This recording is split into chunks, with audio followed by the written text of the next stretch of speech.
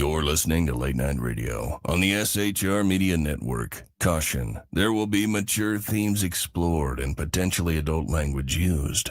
If conservatarian words, phrases, certain concepts, or rhetoric offends you, tune out now. I have come here to chew bubblegum and kick ass. And I'm all out of bubblegum. Freedom is never more than one generation away from extinction. We didn't pass it on to our children in the bloodstream. The only way they can inherit the freedom we have known is if we fight for it, protect it, defend it, and then hand it to them with the well-taught lessons of how they in their lifetime must do the same. And if you and I don't do this, then you and I may well spend our sunset years telling our children and our children's children what it once was like in America when men were free.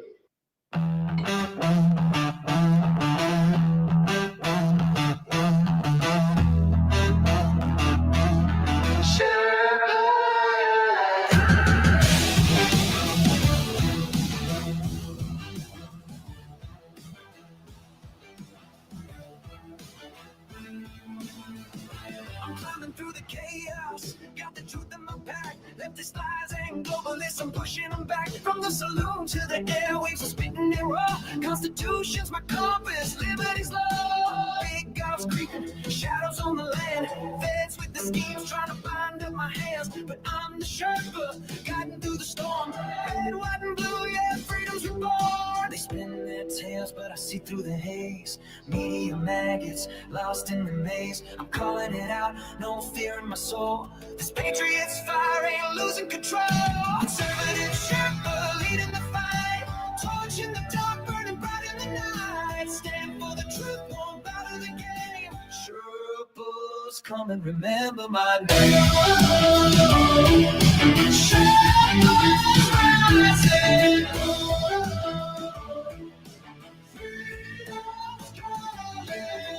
Judges twisting, trying to steal our rights, but I'm locked and loaded, got them in my sights. From J6 to the border, they're selling us out. I'm screaming from the mountain, hear my rainbow shout. They mock the flag, but I'm holding it high. Stars and stripes forever under God's open sky. No globalist chains gonna cage this land. I'm the Sherpa with the truth in my hand. They push their agenda, but I'm breaking the mold. Their promises empty, their hearts ice cold. Chicago's bleeding, borders torn apart. I'm fighting for the people with the warrior's heart. Conservative Sherpa leading the fight. Torch in the dark, burning bright in the night. Stand for the truth, won't bow to the game. Sherpas, come and remember my name. Sherpas rising.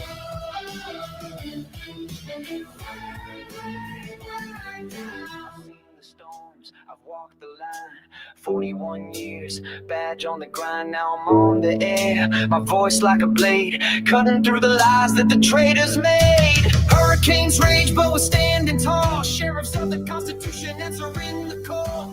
From the saloon to the heart of the fray, we're taking back America, no more delay. Conservative Sherpa leading the fight. Torch in the dark, burning bright in the night. Stand for the truth, won't bow to the game. Sherpas, come and remember my name. Sherpas rising.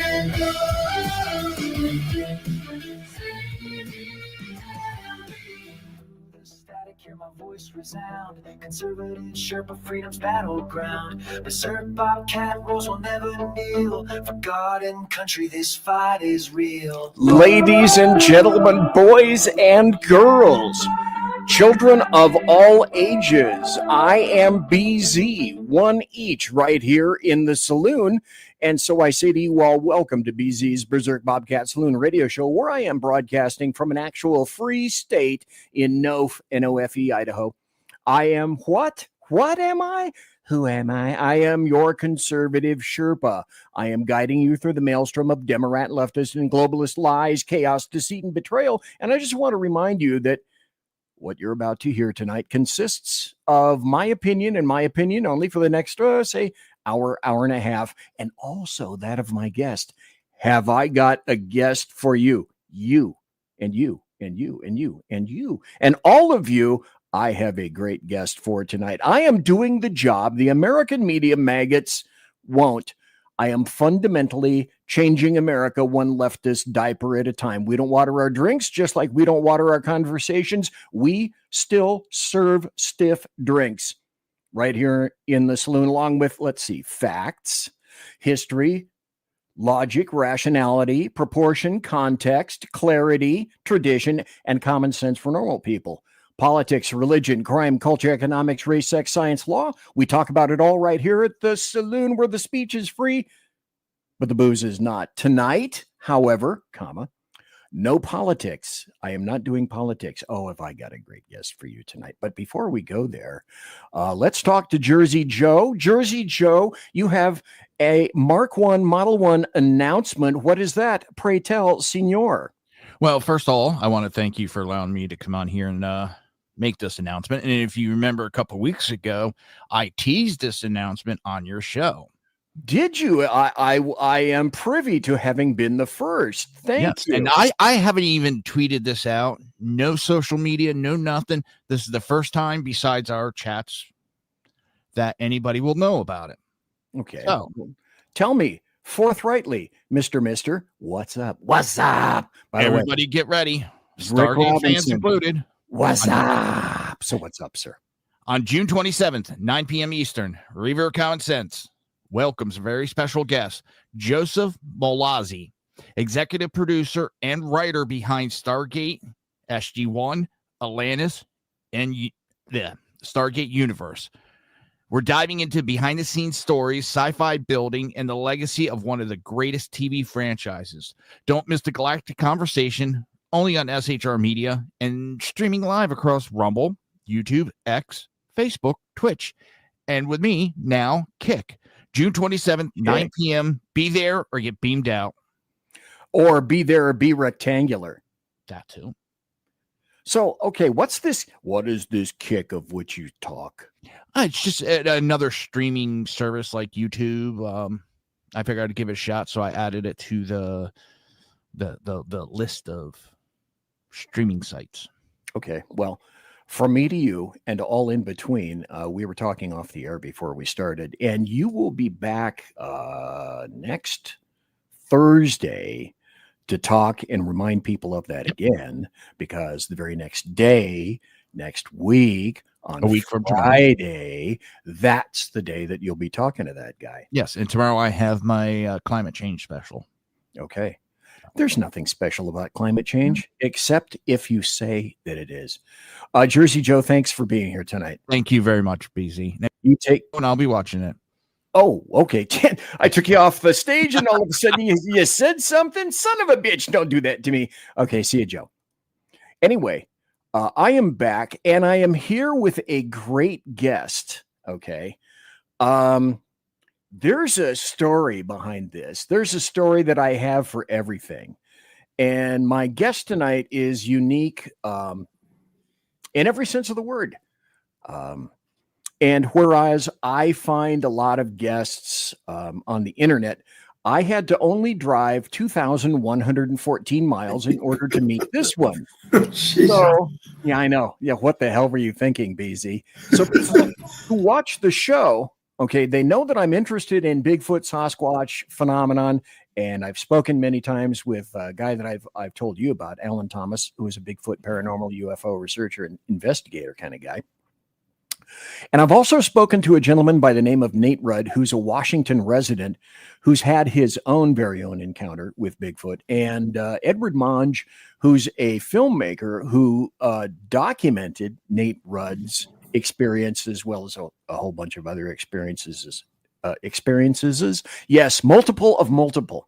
So Mrs. BZ and I ended up renting a car, and we drove from far north Idaho, stopped overnight in Billings, Montana, and we continued on into Broomfield, Colorado, a place we'd never been before, in order to attend the May 24th BIG conference, the Bigfoot Investigative Group. And that's when I do this again. See, I point to my tiara. See? Tiara. And I got this hat from the Bigfoot Investigative Group. So anyway, we attended the Bigfoot Investigative Group conference, And there's a highly respected doctor of anthropology and anatomy who showed up there, who was slated to speak, a gentleman by the name of Dr. Jeff Meldrum of Idaho State University. So anybody who's ever watched just about any show on Bigfoot, like ever, knows who Dr. Meldrum is. And what we discovered is that he's a super guy. And in case you don't think that had actually happened, BZ would be nothing if he didn't have documentary and photographic proof. And there's Dr. Meldrum and myself. The guy, the good-looking guy is on the right, just to remind you. So there isn't a kinder, and I think, Dan, you'd agree with this, there isn't a kinder, more gracious professor in existence, and his presentation was with the 1967 Patterson Gimlin film, laid out in super great detail and precision from the perspective of an anthropologist and an anatomist. You watch that presentation, you see that presentation, and I guarantee you that you're going to be concluding that there's no way whatsoever that anybody that was there was a man in a suit. And I like to reference this as well. BZ, would you shut up and just get Dan going? Just stop it. But I like to make this comparison too. And everybody, it's just a guy in a suit in 1967. Okay. Well, British director Stanley Kubrick released his film 2001: A Space Odyssey in 1968. If any of you happen to see that, in which his Dawn of Man sequence, which was the last filmed in that movie, was shot on a British MGM soundstage. And they used ectochrome transparencies of Africa projected from behind and created by special effects. This guy was a wizard for years, Douglas Trumbull, another British guy. And so they hired mimes to play the apes, and a guy named Dan Richter played the lead ape by the name of Moonwatcher. So, okay, this is what's important. Stanley Kubrick spent almost $1 million of a $10.5 million film just on the Dawn of Man segment itself. The costumes were designed by a guy named Stuart Freeborn in order to create what they thought were believable, state-of-the-art. I mean, these were great movie apes. These are $1 million. They're all special effects professionals, the best available in their time in 1968. And what you take out of that movie is this movie screams to everybody, men in ape suits. That was the state of the art back then, which made Dr. Meldrum's presentation of even greater import. So if you ever have the chance, go see Dr. Jeff Meldrum when he talks about Patty, and you'll become convinced. Just absolutely. We didn't know that the speakers, other than Dr. Meldrum. We didn't know Dan. We didn't know the other folks, Mike McMahon, Scott Wolf, and of course my next guest. So this Dan is a super creative, really wonderful. If you ever are in front of somebody who you just inherently know, he kind of reminds me of Alan Thomas, because Alan Thomas is just full of energy. And if you meet Dan Toth, you're going to say the dude is the same. So anyway, welcome to Dan Toth, and welcome, sir, and thanks for being here tonight. It's a pleasure. Thanks so much for having me. And before we get going, I want to say hi to everybody out there. Thanks for bringing me into your home or wherever you're at. And I want to say hi to all of our men and women in uniform. They're downrange right now. There's a lot going on. For anybody that's served in the military, I know you've been there before, and you know what it's like.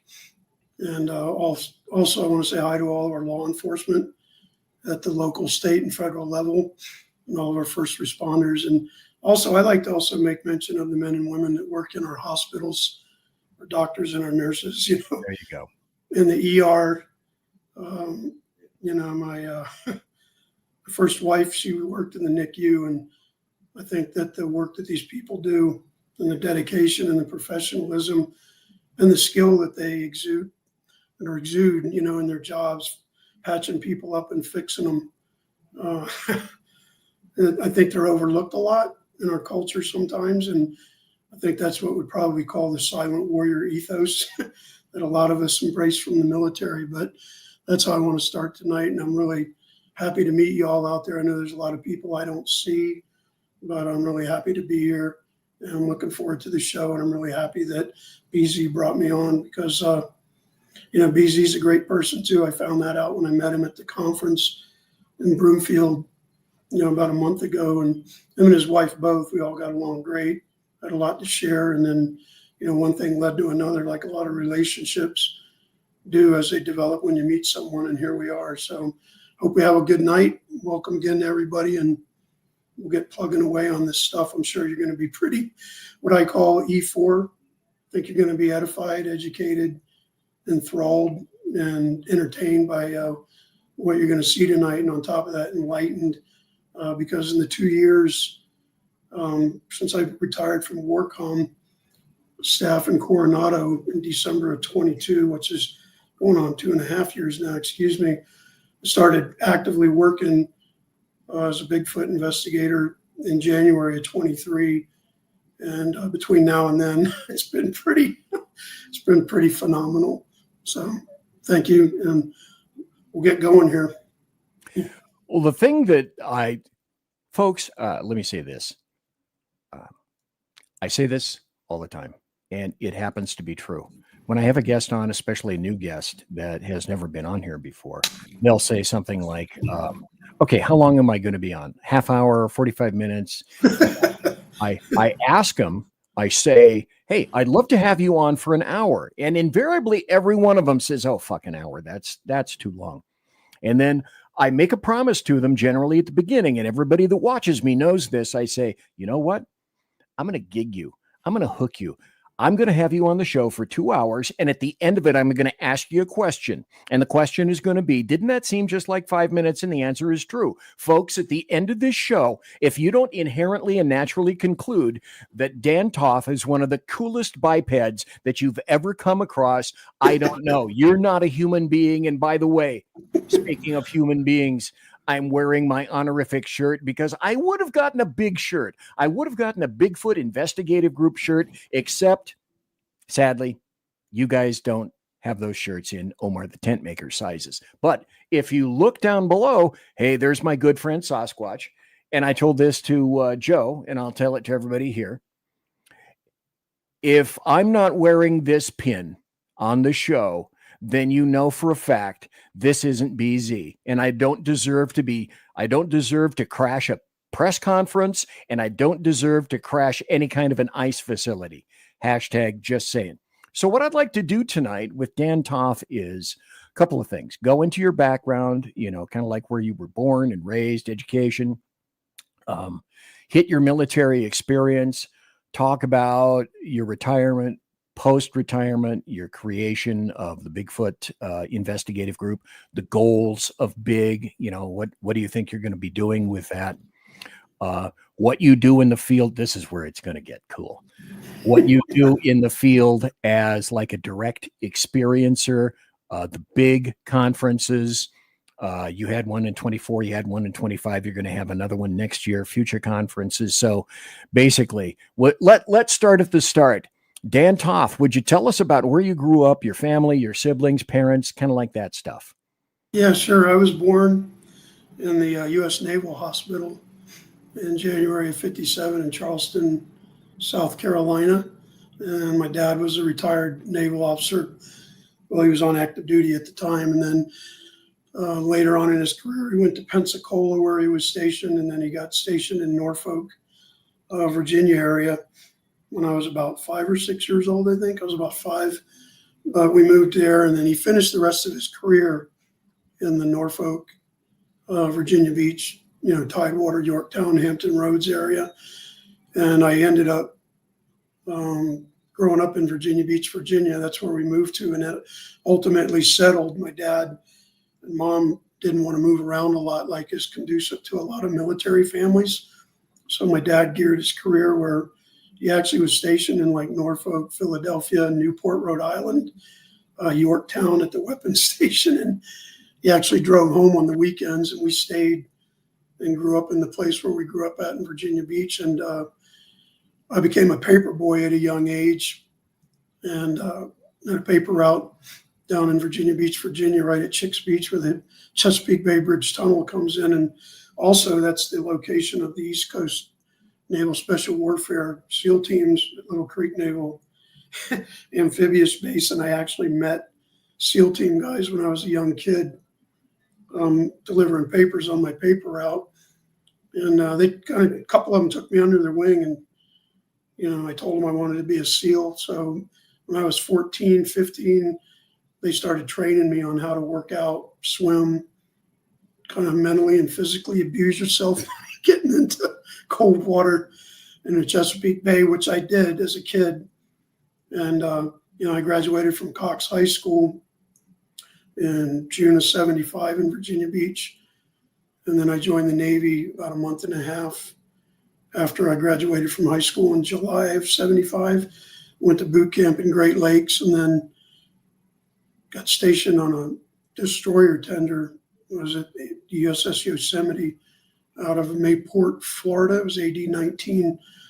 Then I got my orders to Buds after they moved that ship up to Boston for a 3-year overhaul in the yards. So I went to Buds and didn't actually make it the first time. And they stuck me in the fleet on a LSD, which was funny because I checked on board that ship and woke up the next morning, went out for quarters on the flight deck. It was an old LSD, Monticello. Yeah, Monticello. And we were underway leaving Point Loma. I was watching Point Loma go by. And I was like, asked my LPO of my division that they put me in. I volunteered to go to deck because I didn't want to be a striker, but didn't want to strike for a rate. He goes, I said, where are we going? He goes, we're going to Westpac. We'll be back in November, December. And I was No problem, just a trip. Wow, yeah. And I was like, wow, you know. So I remember getting to Pearl Harbor. I had to call my brother who had my car up in Escondido and tell him, hey, I'm in Hawaii. So anyway, I went through that deployment, worked out a lot, and I met a lot of guys that were deployed on that amphibious ready group float at Westpac that year that were in UDT 12. I think it was 3rd Platoon, yeah. But a couple of those guys I made good friends with. They let me work out with them. And I told the skipper, the XO, my division officer, LPO chief, even the master chief of the command, he was a great guy. He was like in the Navy for 40-something years, I think. His name was Redwine. I want to go back to Buds. And it was really amazing because at the end of the deployment in November, we pulled into Pearl Harbor. And we were getting ready to pull into Pearl Harbor. And I thought, wow, you know, it's November, December already. We're at 8 months ago. But the skipper and the XO and everybody called me up to their in-port cabin. I thought I was in trouble. I did. I thought I'd got in trouble for something. And they handed me this manila envelope and said, can you explain this? And I opened it up, and there was orders and a ticket on Pan Am to go back and fly to San Diego. They got me orders back to Buds, and I flew from Pearl Harbor that November of 76 back to Coronado, San Diego, and checked in at Buds, and the rest was history. So I graduated with Buds class 92 in June of 1977. And our class motto was the chosen few. And then I got into the teams and loved it.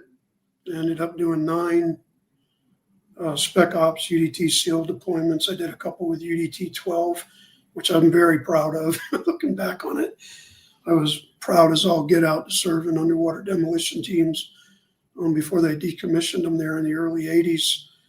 And then all those UDT teams became SEAL teams on the West Coast. 3, 5, and 7 now. Yeah, I went to STVs, and then I went to SEAL Team 3, did 4 Spec Ops platoons there, where I was an intel guy, the department head, advanced communications, radio, And then also in 3 of those 4 deployments, I was the sniper, one of the 2 snipers in the 2 squads that made up the SEAL platoon. So, I had a wonderful career.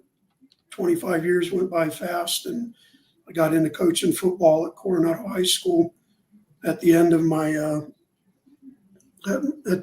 career, and my upper echelon command, people in that chain of command, they let me coach at Coronado High School, and that opened up doors where I began coaching high school.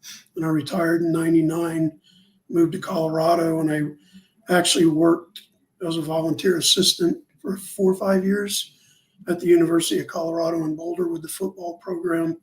And I was also a speed, strength, and conditioning coach there. I did 4 years of ISSA certification as a pro athletic speed, strength, and conditioning coach, which eventually opened up doors to Pittsburgh. I got a call in May of '06 from some friends back in Pittsburgh, and they asked me to come back and work for the Naval Recruiting District as a SEAL mentor, training guys that are in high school and college to get them ready for their SEAL careers. So I took the job and I moved to Pittsburgh because I had an affinity. If you guys out there don't throw nothing at me, I'm a big Steelers fan. So I ended up going to Pittsburgh, worked for under a contract. It was at that time with Blackwater, and I did the mentor job there for 3 years, and then I got an offer to work at the Pittsburgh Steelers, Penguins, Panthers training facility as a pro strength coach, because I was training the SEAL Deppers, they were called, at their facility. They let me use the Steelers indoor practice field for the winter classes when it got cold. And a couple of people approached me and said, "Hey, you want to come to work here?" And I said, "Heck yeah." So I took the job, worked there for a couple of years. Nice. And then, matter of fact, one of my friends there, my boss, he's in Colorado Springs this weekend with a team that he fields for the national powerlifting championships. And I'm going down there tomorrow, spend the weekend with him during the competition. He's got a team out of Pittsburgh that he put together. Really great guy. His name's Tim Greiser. He's one of the best strength coaches I've ever met in the world. So got laid off when, we had all that economy stuff there in 11 and 12 or whatever it was. Right. So I went back to California.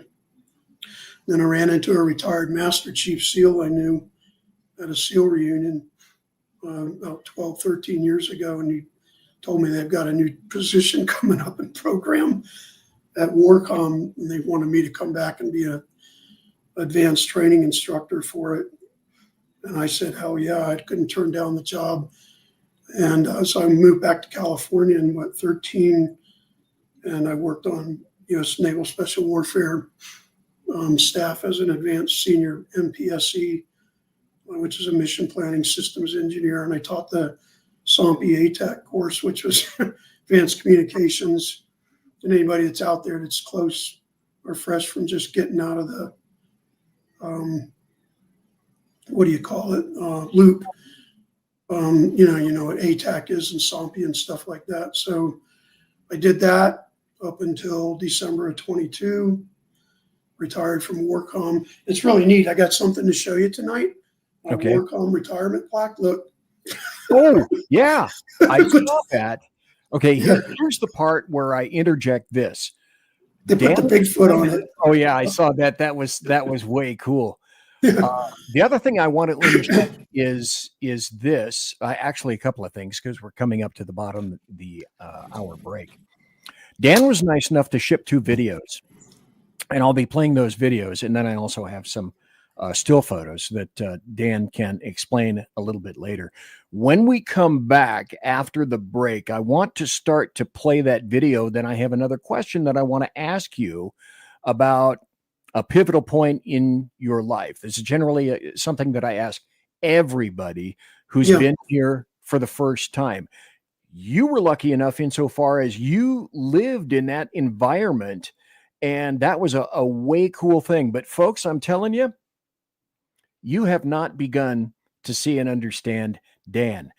Before I go, let me put this up. Now, this is from NCX Group Security. The guy who did this is Mike Fitzpatrick. Mike Fitzpatrick is my cybersecurity expert, and I've had him on the show probably 10, 20 times, something like that. He stuck this out for you guys right now, a PSA, massive data breach alert, 16 billion login credentials from Apple, Google, Facebook, and more were leaked. He suggests change your passwords now.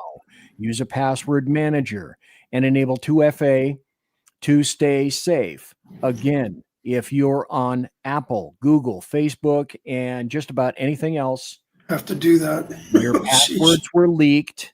It's a 16 billion hit.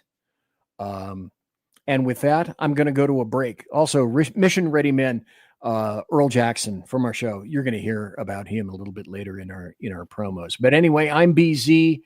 That is Dan. And at the conclusion of this, you're going to conclude like I already have. This is one cool dude. Conservative media done right. You're listening to the SHR Media Network. Mission log. Intrigue. I mean, let's face it, who's even counting anymore? The Lost Wanderer is officially off course, chasing rogue rocket launches, fringe science, and things that probably violate causality. If it burns fuel, bends time, or makes scientists very uncomfortable, yeah, I'm probably going to talk about it. Every other Sunday on KLRN Radio, The Lost Wanderer, because space doesn't come with a roadmap, and honestly, I wouldn't follow if it did. Hello, I'm Matt, a student at Hillsdale College. Here's Hillsdale President Larry Arnn on the continuing relevance of the Constitution. Many argue today that the Constitution is outdated because it addresses problems peculiar to the 18th century. Some parts of the Constitution do read rather quaintly. Consider the injunction against titles of nobility in Article 1, Section 9 of the Constitution. But is that so outdated? The purpose of the injunction is to prevent the government granting special privileges to some for partisan reasons. This strikes at the heart of the rule of law. The crony capitalism so common today is a place where the government bestows favors and tax dollars on some businesses to give them a leg up over others. This is exactly the kind of thing the Constitution was meant to prohibit. The Constitution is not so outdated after all. This Constitution Minute was brought to you by Hillsdale College. To join the national conversation on the Constitution, go to constitutionminute.com. Hey fellas, are you mission ready? You need to check out Mission Ready Men via Earl Big E Jackson on Tuesdays and Thursdays, 9 a.m. Pacific, 11 a.m. Central, and noon Eastern. It's a show that equips you to navigate our society's challenges from a biblical perspective with courage and conviction. Tune into Mission Ready Men as we examine our culture through the prism of biblical truths, teachings, and how to apply them in our daily lives. Prepare to step up, stand out, and step into your role as a man as ordained by God. That's Mission Ready Men, hosted by Earl Jackson on the SHR Media Network. And get mission ready.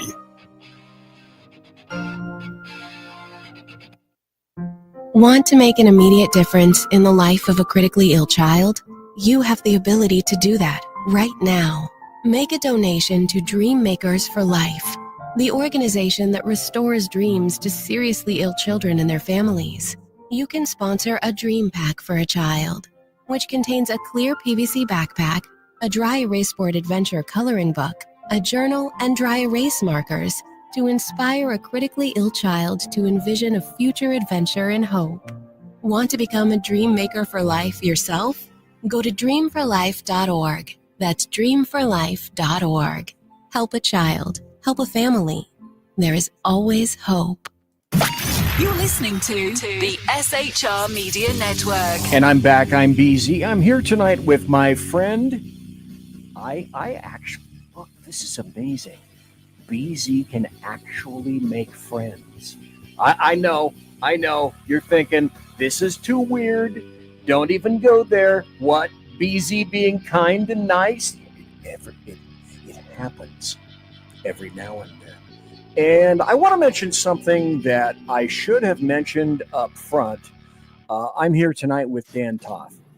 And Dan is a fabulous guy. Usually at the beginning of shows, what I do is, hey, do you have any social media stuff or any media websites or websites at all that you'd like to talk about or display? And I should have done this from the very beginning. This is Dan's site. You can go to BigfootInvestigativegroup.com. BigfootInvestigativegroup.com. And if you start at the top, here's his homepage, staff, time, media, conference. We'll talk about the conference and ways to contact. And if you scroll on down, there are photographs in there about the last conference. And then if you keep going about the 2024 conference, all sorts of cool places for you to go. They have swag. There is swag. There is a swag sighting. I cited swag. I purchased swag. I'm wearing swag. So if you want to do that, that's a great place to go. And my grandest apipolylogis for not having mentioned that up front.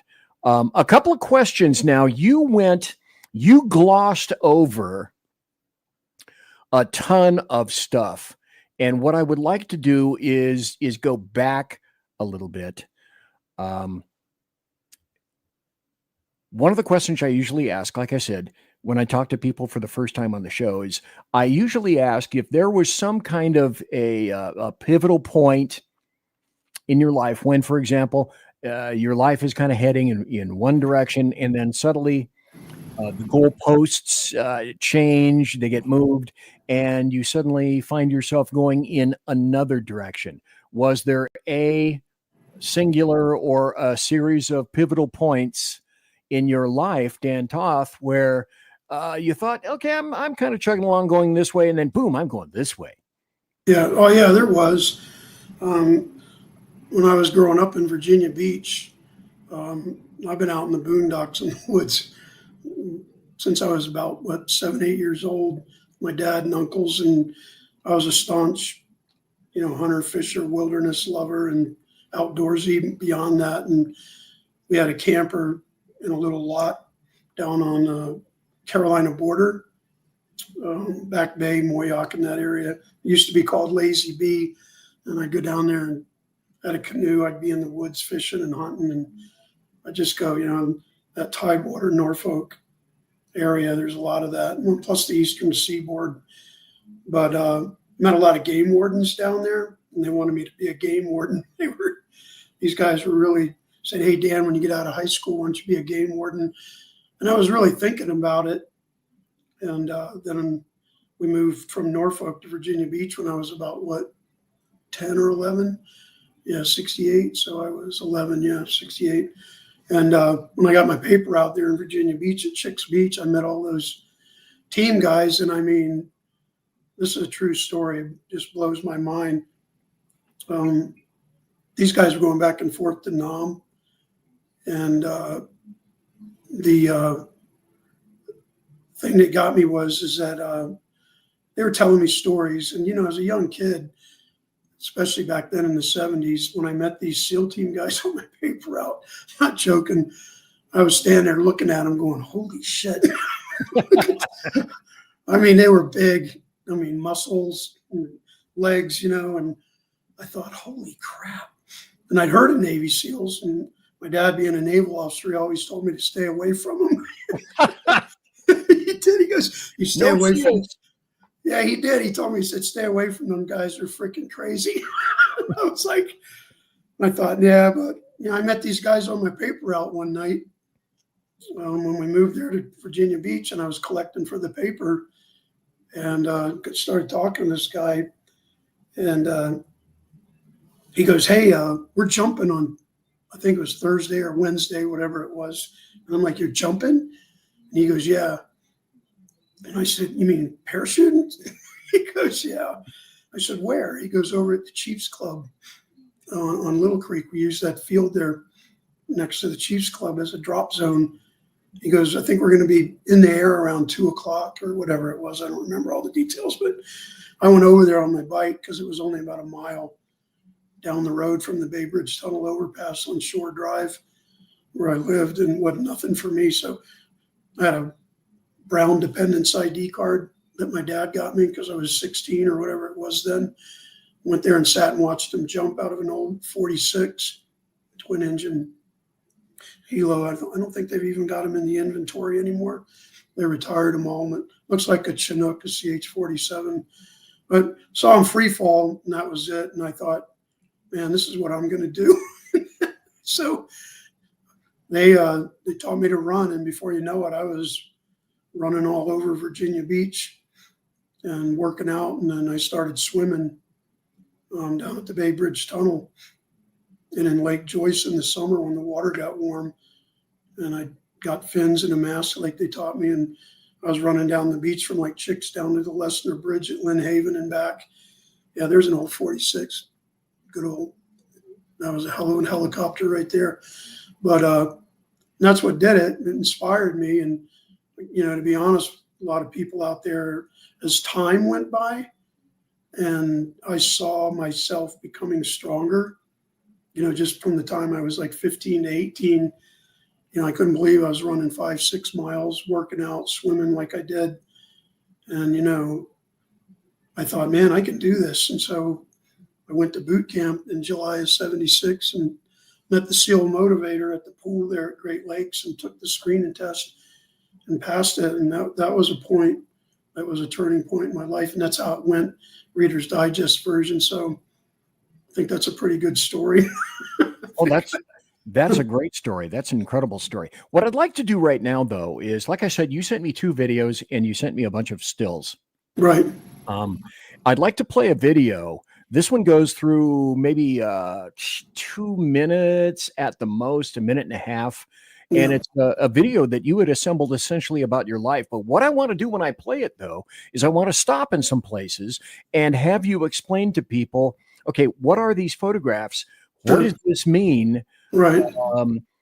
What does it mean to you? What does it mean to the United States? Who are these people? That kind of thing. So if I can figure out how to do this, I'm going to have to add it to the stage, then stop it, and then say, Dan created this, Dan sent it to me, and I'm going to let it play. And then I will stop at certain points and ask you, hey, can you describe what this was? Because a lot of this stuff is foreign to some folks. And right. What is it? What does it mean? Let's start.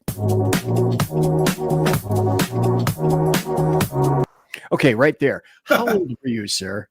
I was 21. Yeah, that was 47 years ago. But that was my first, you can see on my right shoulder there, I've got the old Underwater Demolition Team 12 patch on my greens there, camis. We were pulling into Guam on that first SEAL deployment that I did, and it was an amphibious ready group. And a friend of mine took that picture, and, you know, it's just, when I look at it, I go, wow. And yeah, that's Guam, that Apra Harbor where we're pulling in. And you can even see the water back there. It's a little bit discolored from where the tugs and everything were pushing the ship up, you know, and the screws were going to get it up against the pier. Right. Yeah, that's one of my favorite pictures of me. Not only that, it shows you how Bruce Lee skinny I used to be. Oh, yeah. But how cool to have photos like that available that you kept. I think that's way cool. Yeah, thanks. Okay, this says May 1977. Yep.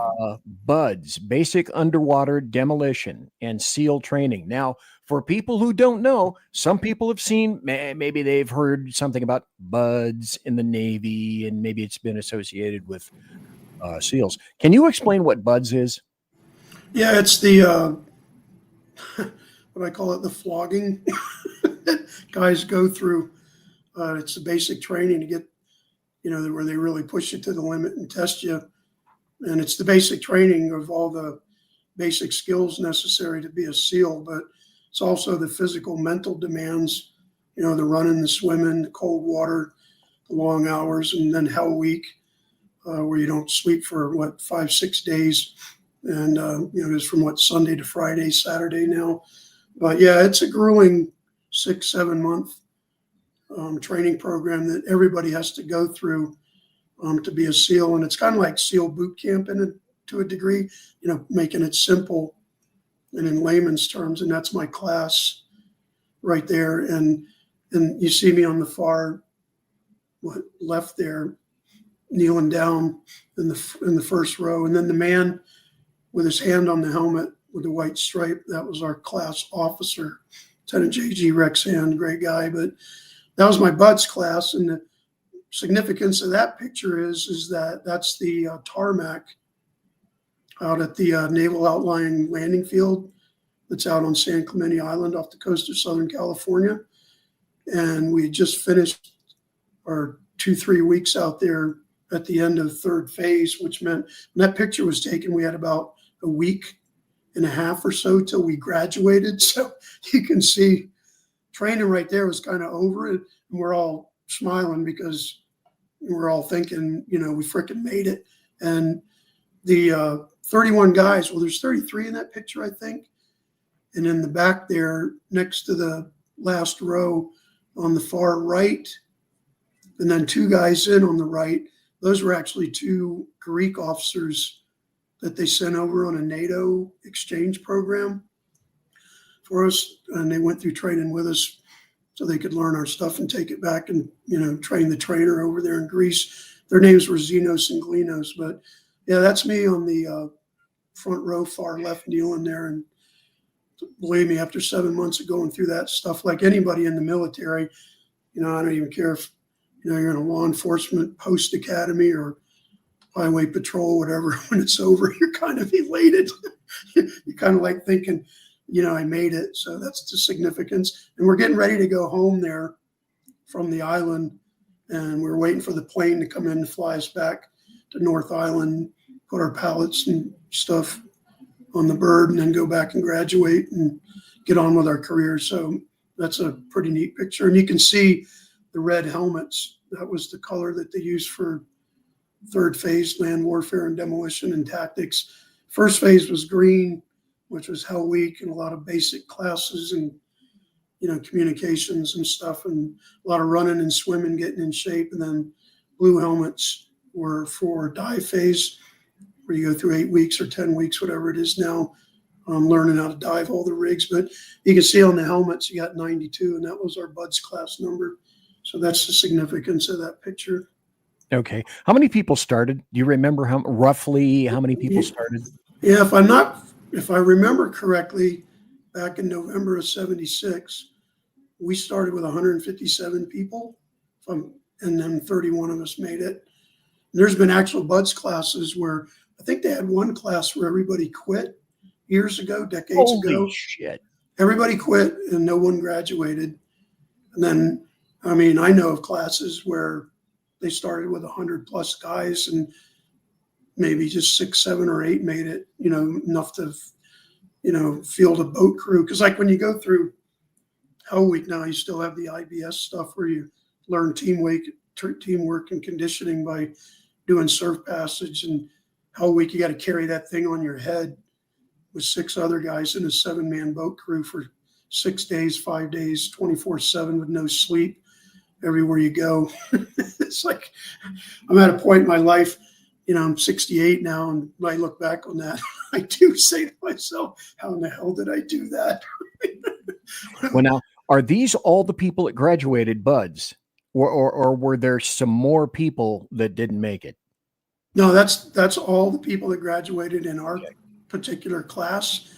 And when in BUDS history, if you will, the BUDS classes are numerically, ordered, successively. So, what I think they're doing 5 classes a year now. So like back then, there's class 92, then they form up class 93, and they start about a month or 2 after you.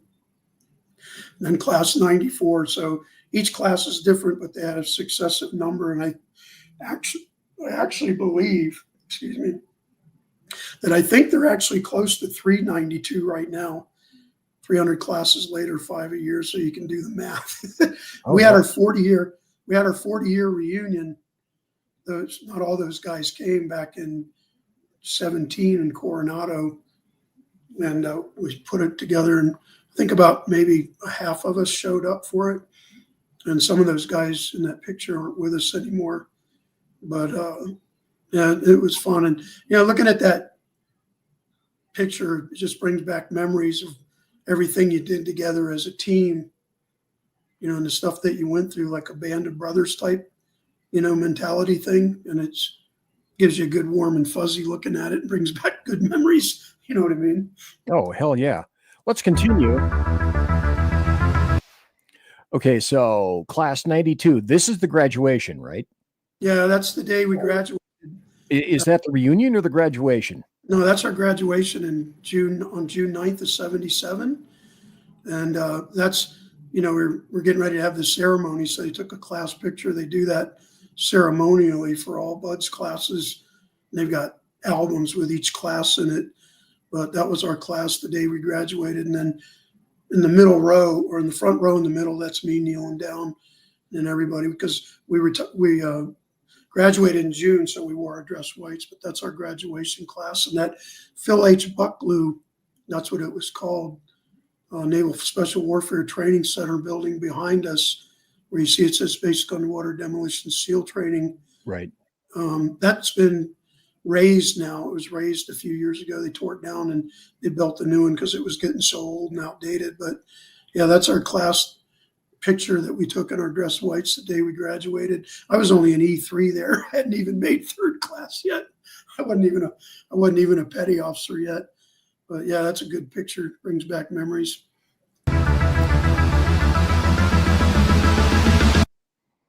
And this is 1978, also training Buds. No, this is actually after Buds, and this was my first UDT Special Warfare team. So after Buds, you go to either a SEAL team or back then a UDT team. Like I said before, they just decommissioned them. And I asked to go to UDT 12 because a lot of the guys I knew there from that deployment that I told you about, I met them in the fleet. And that's UDT 12. We just finished doing a run there, and the skipper said, let's take a command picture. And that's the skipper in the middle with Admiral Ray Smith. He was a lieutenant commander then. Captain Winter and Ray Smith, they were the CO and the XO. And then in the back row, right in the middle again, right under the R on underwater, that's me right under the R. But that was a great picture we took because it shows you the shape that everybody was in. Oh, yeah. From running and swimming and PTing and doing what you do as a frogman. So yeah, that was my first, like I said, it was UDT back then. And then UDT 12 and 11, when they were decommissioned in the early 80s, UDT 12 became SEAL Team 3 and UDT 11 became SEAL Team 5. So they decommissioned the UDT teams. I think it was in 82, 83, somewhere in there. I don't remember exactly, because they just felt that the whole thing for our primary mission in UDT had become obsolete in this day and age. So matter of fact, I think there's 10 SEAL teams now, 5 on each coast. That's how much they've grown over the past 30, 40 years or whatever. Yeah, that's a command picture after we just finished running at Balboa Park, and we came back on the bus, and then we all got together. So yeah, that's a good picture.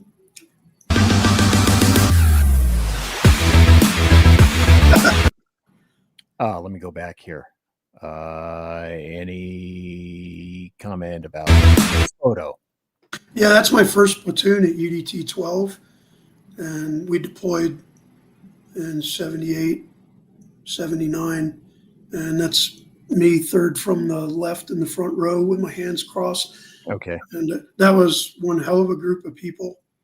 I mean, on the far left is Master Chief Herschel Davis. He was a Vietnam veteran, one of the most phenomenal people I ever met. And then standing next to him in the camis on the far left there is Dean Cummings. He retired as a Master Chief, and he was my command Master Chief actually at SEAL Team 3 when I retired back in 99. And we've been good friends. And then next to me on the right, the guy with the beard is Warrant Officer Daryl Chambly. He lives near Kansas City now. We're still good friends. We've kept in touch over the years, but that was my first platoon before we deployed. That was behind the old UDT 12 area.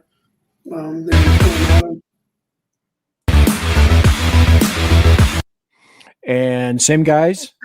Yeah, well, this is just the half of the platoon because it was a pretty big platoon because we were a lead line amphibious ready group bunch. So this is actually our squad, and that's Kwajalein Atoll. And we were doing stuff for the Army there, a hydrographic reconnaissance of some beaches that they wanted a chart for. But you can see Bones Bartlett there with the M14. We put him on Shark Watch because he was one of our best shots. Shark Watch. We did because there's freaking sharks out there in the South Pacific. They could get pesky and aggressive, but that's our squad. And we were you could see we're sitting on an IBS inflatable boat, small. And I'll tell you, that was a hell of a group of guys right there. I mean, that's me in the back middle with my face shadowed next to big Jim Barron. Jim was a good friend of mine. Well, they all were, but Jim retired as a Mass Chief too. And that's, Dean and Glay and all the guys. That's us getting ready to do a recon, hydrographic reconnaissance out on Kwajalein. Yep. And who are these? Who's this lot? This was jump school, and they sent us to Lakehurst, New Jersey for jump school because Fort Benning was full. And when they told us we were going to Lakehurst, we were like, what? So we went to jump school and did our first static line jumps to get our lead wings at Lakehurst. And that was our second jump out of that old C-17. We did our first jump the day before, sitting on our, I called them skid jumps over the out the side door of a UH-1 Huey, which was really cool, right over the skids. And so that's me on the left, and Mark Morris, big guy next over, Glenn Brenholt, and then Rocky Dumas. And then the guy standing up on the right, Dave Luttrell, he was my actual swim buddy. He was my swim buddy in BUDS. Because when you dive and swim in BUDS or as a SEAL, you always have another person with you. So, one of the two things you want to test somebody's validity or authenticity when they say they're a SEAL, ask them what class they were in and who was your swim buddy. If they can't answer that, being blunt about it, they're full of shit. You know what I mean? Hey, I'm curious, with a name like Luttrell, did that guy, to your knowledge, have any links to Marcus Luttrell from Texas? No, not that I know of. No, Marcus was like 30-something years later, I think. But Dave got out and he moved to Hawaii and he became a commercial diver. I think he worked for the University of Hawaii, and he worked on a fish farm for a while, those open ocean fish farms with the big cages and nets. And then I think he started doing oceanographic type research with the University of Hawaii, if I remember correctly, because it's been years. But yeah, that's just a couple of us at jump school, which was fun because I couldn't believe how excited I was when I made my first jump. It's like I couldn't wait to get out the door. The only thing I remember that place about is that's where the Hindenburg went down, folks, if you recall. Yeah, and that's a good story. That spot. Yeah, because the day before, we had a Marine named Rudd, Master Sergeant Rudd. He was our jump instructor, jump master. And we were on jump run in the Huey, and he'd already thrown out the streamers. And, we'd hooked up on that cable on the deck that you do it on the deck of a UH-1. And I looked down and saw this big iron cross painted on the grinder as we were approaching. And I was looking out in the field and I saw the T, that you aim for. And I was like, what the hell is that iron? And I wasn't even thinking because I was so excited.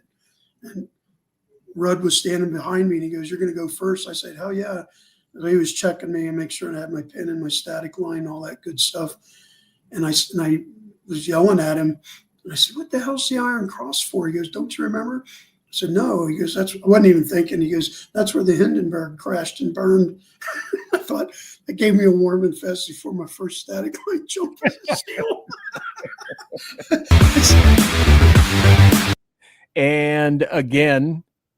Yeah, that's just a picture of us doing helocast and recovery. And instead of using the ramp there, we're going up through what they called the hell hole. There was a hatch there in the middle of the 46 where sometimes we, insert and extract or, recover the ladder up that way when we came back. And you can see, I'm not sure who that is, but it's a great picture that Mark, the guy I showed you in the picture earlier, or in the previous picture at Jump School, he was an avid photographer. So he took a lot of pictures of us doing stuff over the years, but that's helo cast and recovery. And you can see that the guy in the water, we're at 25-yard intervals. His job was to hold and put his weight on the ladder so it wouldn't flop around, so the guy could get up it. And then the next guy, as the helo moved, he'd have his arm up like in cast recovery mode, and he'd hook the ladder and put his weight on it. And then once his weight was on it to stabilize, dragging you through the water, then the next guy went up, and it was fun to watch. And new guys screwed that up. We used to give them a lot of shit for it. Helo cast and recovery, and that's being recovered out of the hellhole, as they called it. Yep. Folks, we're not going to do any breaks. I just want to remind everybody of this. Conservative media done right. You're listening to the SHR Media Network. And it's 1 minute after 9 o'clock on the Pacific Coast. It is 1 minute after, what is that, 11 o'clock Central. And it is midnight 01 on the East Coast. And again, thank you for being here. I'm talking to Dan Toth, and we will get to Big Feet, I swear, but let's continue. Now, I had to ask you about this. Yeah, that's me and Dave in an SDV. That was an old 6 boat, and that's me in the back seat behind him. We're diving an old Emerson rig there. It was a rebreather, pure O2, no bubbles, man, just little bubbles, but we were learning, getting rides in SDVs, learning all about it as an in-dock. So that's a swimmer delivery vehicle, which they're obsolete now too. I don't think they even have 6 boats anymore. And I went to SDVs for a couple years and saw the evolution of them, with the other boats that we used. And back then, before they had SDV teams, the SDV teams were out of the underwater demolition teams before they became their own separate SDV teams, which they've got stationed in a couple of places now, like at Little Creek and out at Pearl Harbor in Hawaii. So yeah, that was one of my first SDV rides there. That was fun. Continue. Submarine? Yeah, that's submarines. That was, I think that picture is me when we were doing lockout off of Barking Sands in Hawaii. I think it was the Bluefin, but that was my first sub ops, and I like that picture too because I was the first guy. Go back to it. And there we go. Yeah, it was open circuit. We're at 50 feet periscope depth, and doing that stuff for the first time as a new guy, you get super excited. And Mark took this picture, and I think that's me. I'm pretty sure that's me, but anyway, that's Barking Sands sub ops off Hawaii back in 1978, 79, whenever it was. Yeah. Okay. There you go. Yeah. Nice. Now, SEAL Team 3, when was this? It says 87, but was this just a team photo or a graduation photo? What was the nature of that? Yeah, this was our annual team photo with the commanding officer, the XO, the command master chief there in the front, the front 4 guys. And then again, I always ended up in pictures in the back middle. So the next second to the last row in the top middle there, right there. But this was one of my favorite pictures because it was just a really, really good time in my career being at that particular command like I was. Back in those days at that time, SEAL Team 3, next to the Dev Group guys in 6, I think, in my opinion, was one of the cream of the crop teams in the whole spec war community. I mean, with the leadership we had and everything, it was phenomenal, and the people we had. And if you look in that front row too, all the way to the far right, that's Master Chief Billy Hill. He's a member of BIG, and I served with him there at 3. Okay. That's Billy Hill, and he's a member of BIG now. And I also worked with him on special operations mission planning at N66 Warcom for those 8 or 9 years from 14 to 22 or whatever it was. He's living in Texas now with his wife. So that was one of my favorite pictures of a command photo, and that was at SEAL Team 3. Charlie Platoon. Yeah, I did 3 deployments with Charlie Platoon in a row and 3 different OICs, and that's us at our compound in Malaysia, and that waters the Straits of Malacca. Behind us, we were there in August of '88, July, August, and we were actually there to train the the Malaysian SEALs, excuse me, and the Singaporean SEALs. We worked with them too. It's like foreign internal defense, but we also ended up doing counter piracy stuff with them.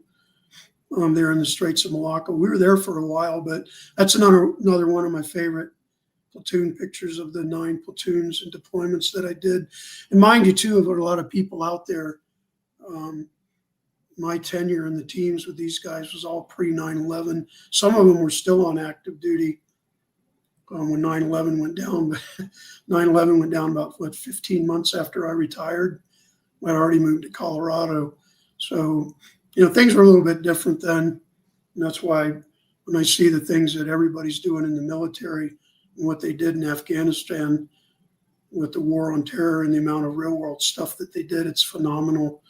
And anybody in this country, that's why we have a debt of gratitude to people nowadays, especially for the work that they've done, post 9/11, the sacrifices that they've made, because it's mind numbing and incredible. So, yep, that was my next to the last platoon. Yeah, that was my next to the last. That was my 8th. I did one more after that, and then I went to Buds as an instructor in '94. Yeah.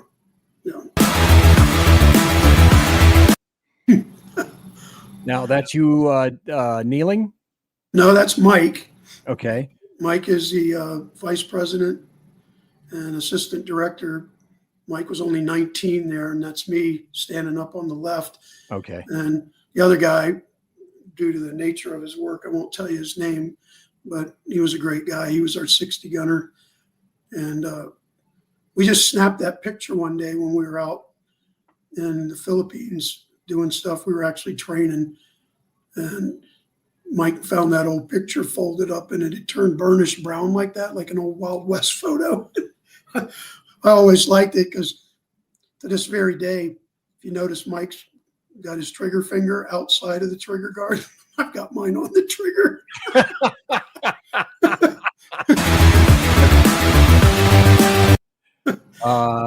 You here or somebody else? No, that's me on the right. And then the guy next to me is a friend of mine. We were really good friends, Eric Skalski. We were doing a dog and pony show at SEAL Team 3 for President Clinton and the Secretary of Defense. That was years ago, but they were on the beach, and we came in with our gear and stood up out of the ocean and sat there and showed them what we could do sneaking into places at night, which a lot of people know it's called Over the Beach. But that picture's made it around a lot, and I always liked it. I mean, I'm not trying to be egotistical too much here, but it was a good memoir of me doing something like that was recorded, back in the day. And that picture was, I think that was like 80, that's been like 35, 40 years ago already, or 30 years ago. Yeah, it's 90 something. Anyway, yeah, that's me. That's you? Yeah, that's me. That's a Draeger LAR-5. And if you look back there to the right, you see that arm coming down and grabbing me, and I was making that face. Guy was taking pictures of us. Then the guy up to the right behind me is a friend of mine. But that big gray piece that you see there to the right, that's actually the side and the edge and the top of the screw of an aircraft carrier. We were under the aircraft carrier, and that's one of its screws that we're on. Holy crap. But see, stuff like that you're never going to forget. And that's also why you love to have photographs like this. Yeah, and you should be appreciated. And thank you again for letting me show folks these things. But wait, there's more. Anna, that's what you were talking about right there. Yeah, that's my retirement plaque from December of 22. at the Warcom N66 job I had at Sompi on Special Operations Mission Planning. They gave me that when I retired, and see the Warcom insignia logo on there. But they put the Bigfoot on it, you know, right under Freddy Frog, because they knew I was an old original UDTer. But everybody asked me, "What are you going to do when you retire?" I said, "I'm going to go look for Bigfoot." So they put that on my plaque, which is pretty Perfect. cool. Yeah.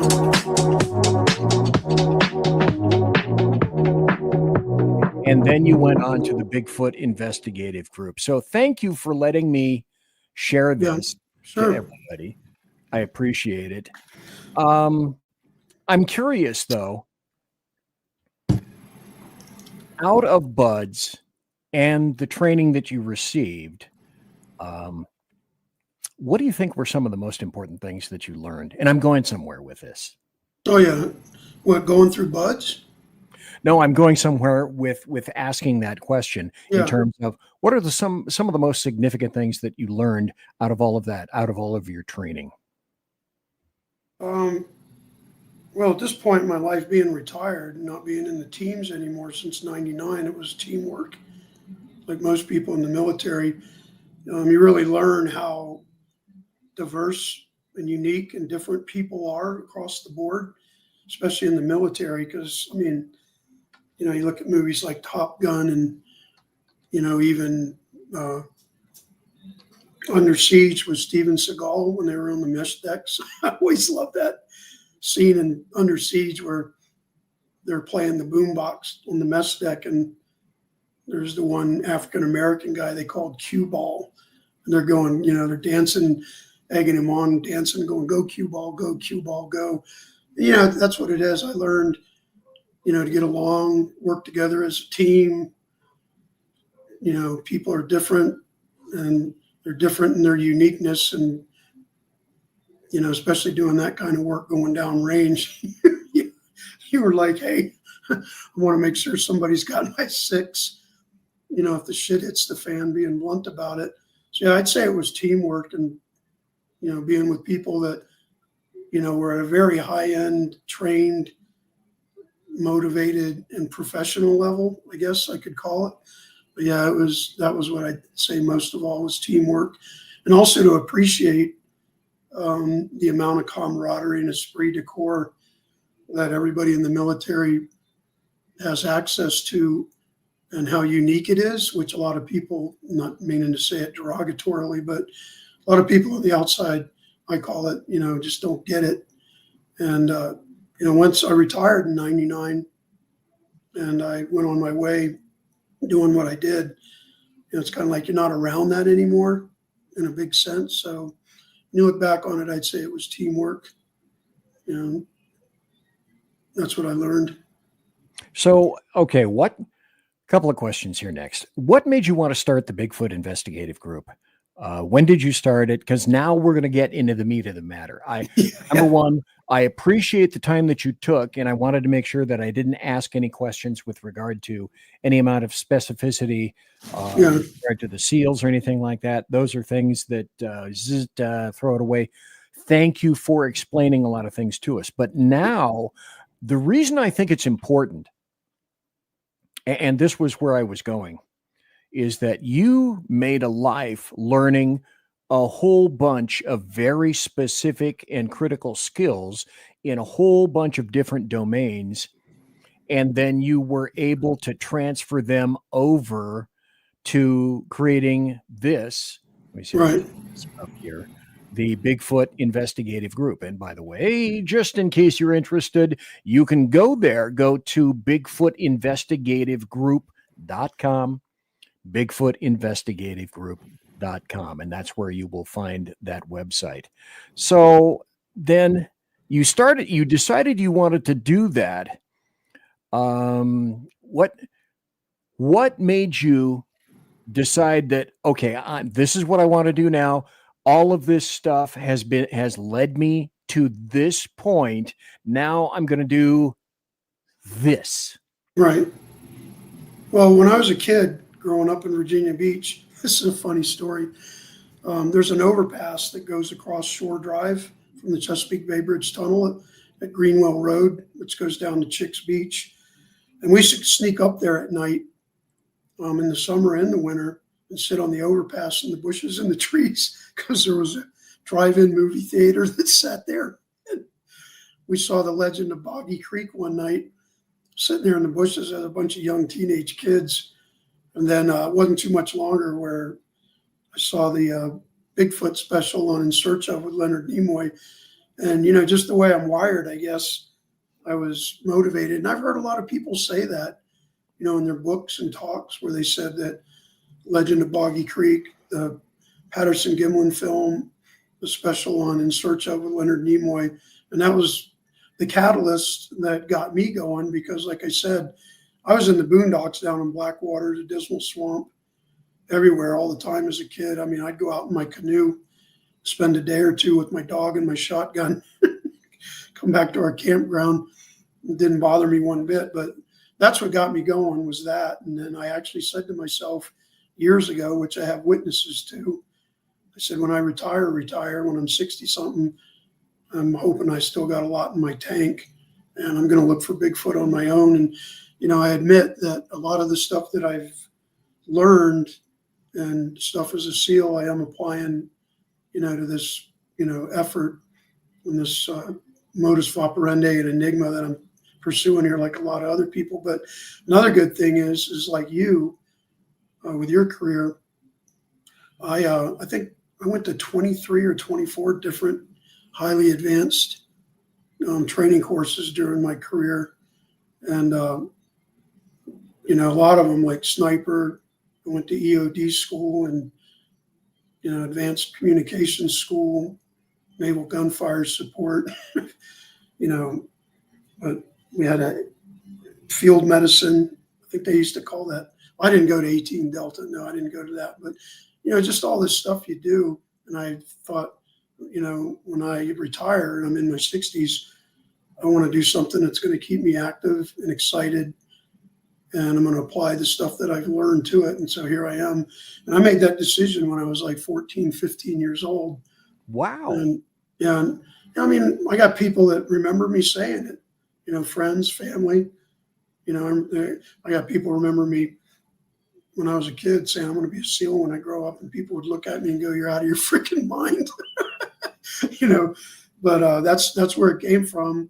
I got motivated from those movies and shows and it intrigued me. And so here I am following through with my lifelong plan. So I founded Big in January of 23 after I moved back. Well, I founded it and then I moved back to Colorado from California in May of 23. So I've been back a little over 2 years now and started Big in January of 22 or 23, excuse me. And then I recruited, you know, a bunch of guys that I served with in the teams, and most of them are ex-law enforcement too. And then also a friend of mine that I worked with on staff at Sompi in Coronado those 8-9 years. He's a retired Marine. He came on board, and you can look at the staff page on the website and see everybody that's on there and take a look at it. Yeah, there you go. So yeah, it's me, Mike's the assistant vice president. Scott just retired. We served at Team 3 together. He just retired as sheriff's deputy. Mass Chief Hill, I worked with him in the teams and at Sompi. He did 2 tours in Nam. And then Pat, he was a Marine, 20 years. Then Rick is a friend of mine. He's a mountain guy, big time mountain guy here in Colorado. I met him back in 99 when I moved here. I started a elite fitness company for 7 years called SEAL Rocky Mountain Fitness here in the Denver area from 99 to 06.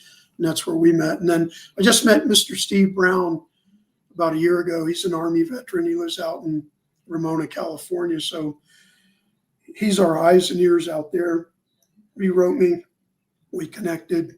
And he's also got a mind-numbing story that he had an incident at Fort Bliss when he was in the Army, a Bigfoot encounter in 1991, and it's on the website.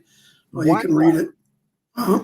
Okay, so you guys have this. See, I find this very unusual, but really cool at the same time. You are a very cohesive. This group is relatively new, 23. Yeah. You've got guys of a like background, of similar natures, interested in the military, interested in law enforcement, hooked up with all of that stuff, and they have a common interest in Bigfoot. Right. And that to me is absolutely wonderful, that you can find an avocation where all those people with similar backgrounds got together with another similar interest. That's just very, very cool. Well, the thing is, we've known all those guys on there, with the exception of Steve. We've known each other for like 35. Like me and Mike met in 87. So me and Mike have known each other 38 years. We deployed together. He was in that picture in Malaysia. I forgot to point him out. Sorry.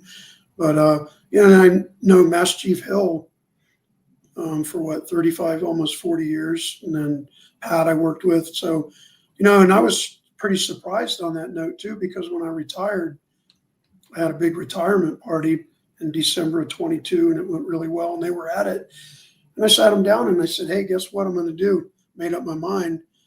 I'm going to start looking for Bigfoot and form an organization. And I actually drew the logo because I've got a background in drafting and engineering, technical illustration, and art too. But I designed that logo and I just got it trademarked about 3 weeks ago. It's officially trademarked now. But I called them up one night right around Christmas of 22, about 3 weeks after the party. And I said, hey, I'm going to do it.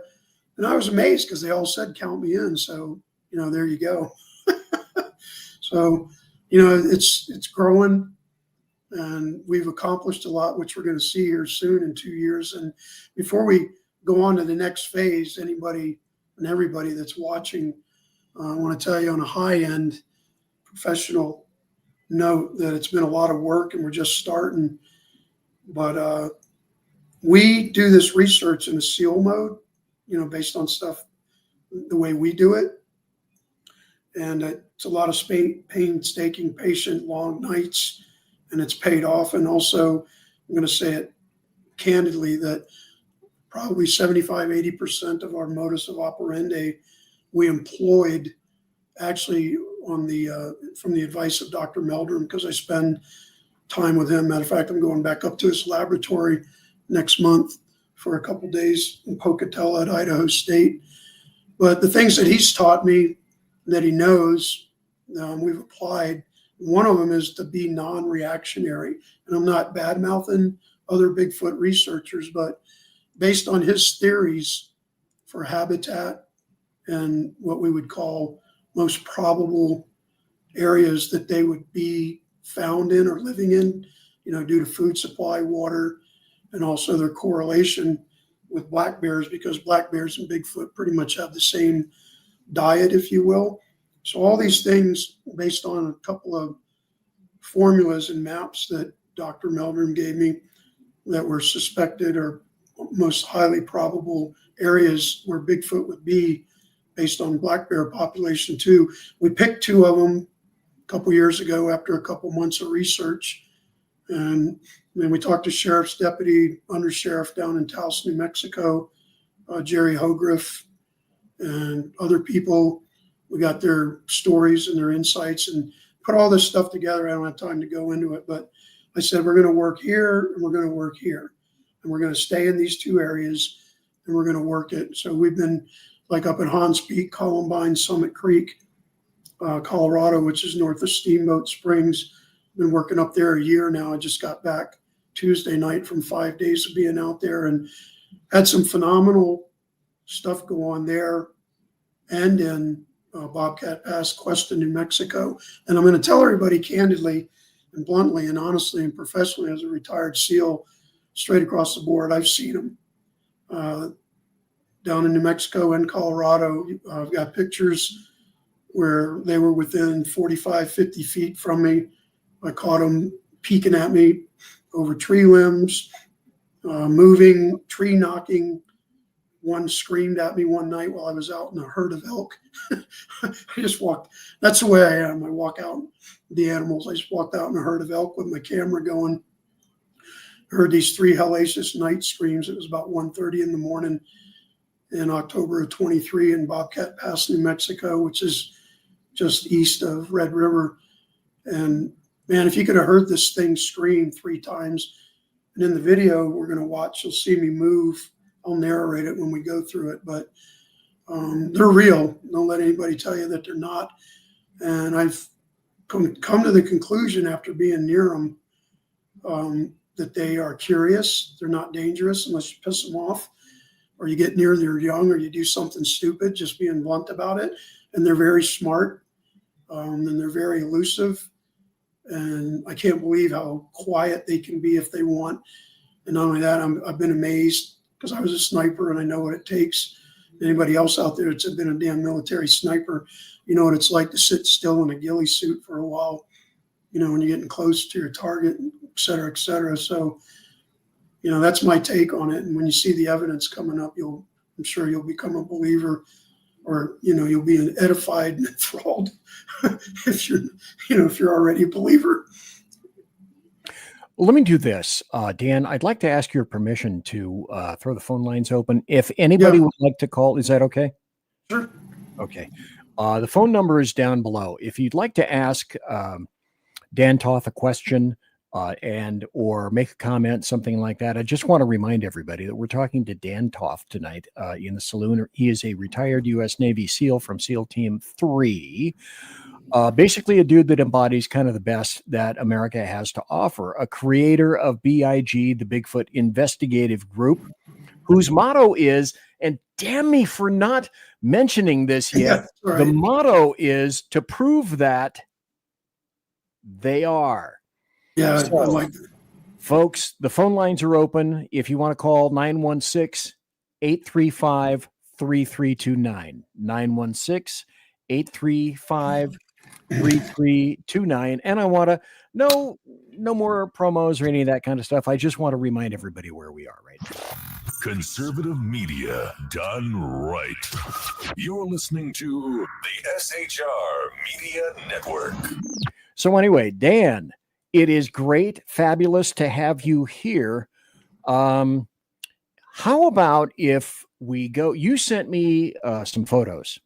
Right. And would that be okay if I put them up? Would you prefer to watch the video, or prefer to see the photos and then explain the photos? Yeah, we'll watch if you can do the Bobcat Pass one, because the phenomenon on that, and I didn't even realize this until recently, like a month or 2 ago, but the night that incident happened in October 23 down in Bobcat Pass, New Mexico, was October 20th. I didn't even realize that, but I made a sketch because I dated it of what I perceived was looking at me in that video. And that's the same day that Patterson and Gimlin filmed Patty at Willow Creek back in '67. And I'm not interesting. Yeah, it's true. I didn't even pay attention to it till I looked at my sketch that I had in my book. And then I started looking at some of the old video film clips on, the web of Patty. And then I thought, well, that's the same date, 56 years later. So yeah, I took that video at Bobcat Pass on October 20th, 23. So, and it's 1:30 in the morning. So I guess if you run it, I can narrate through it, right? Because there's no audio. Okay, let me put this up and stop. Tell you what, I'm going to make this big so that it takes the whole screen. See what I did there? Yeah.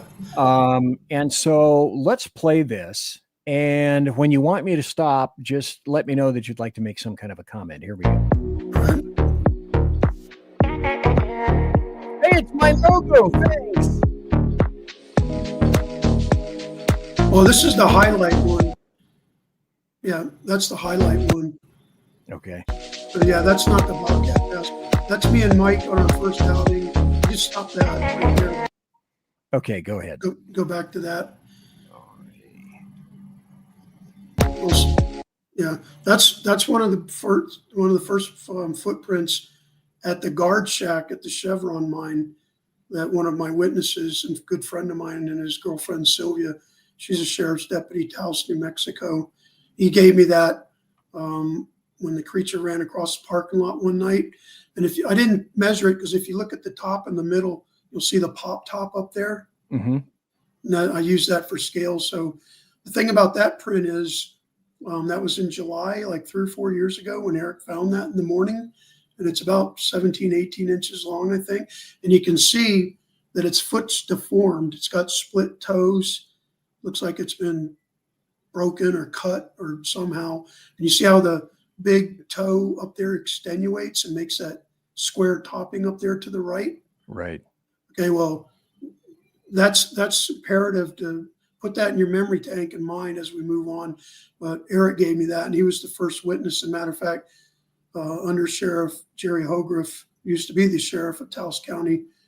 He was the one that, I contacted him through some leads, and we talked extensively about the Bigfoot activity. And that's why I picked this area, because after talking to him and Eric and his girlfriend, because she had a couple sightings while she was on duty as a sheriff's deputy.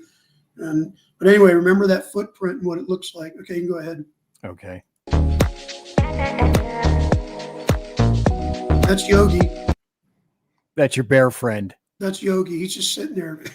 It's a great picture. He's just sitting there looking at it. And Eric took that while he was on duty.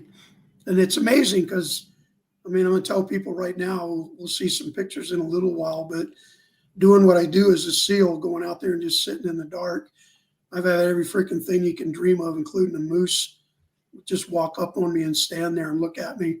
And I'm like, 3 weeks ago, I had a moose walk by me in the dark out by Hans Peak Lake up there out here in Colorado. He was about 20 feet from me when he passed me. Then he walked by me, turned around, came back and bedded down in front of me about 40 yards away, 30 yards away. And he just sat there bedded down, staring at me, chewing his cud in the dark. See, that's pretty funny. That's just amazing about what you've done. Yeah, well, I'll tell you, if you've ever been near a bull moose that big with his rack, he came up over this road and I was down the embankment in the meadow. My car was parked on the other side and I'd seen something up this gully on my thermal imager and I was going to check it out. And all of a sudden there he was, he's walking by me in the dark. I was like, holy shit. I didn't move or do nothing, but he did.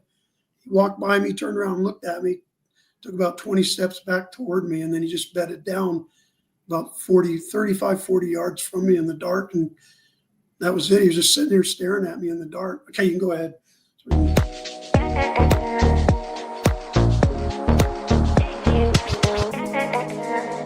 There's a good elk track. What kind of a print is that? That's an elk. And this is a mud puddle I found last August, a year ago, with all these tracks around it. So I went out there and sat in the dark. And I was out there one night with a friend of mine in her truck. And it was about 12:30. About 12:30. And the amount of animals that were drinking out of this mud puddle that time of the year in August was amazing. But we found a tree break there, and I went across the road to check it out.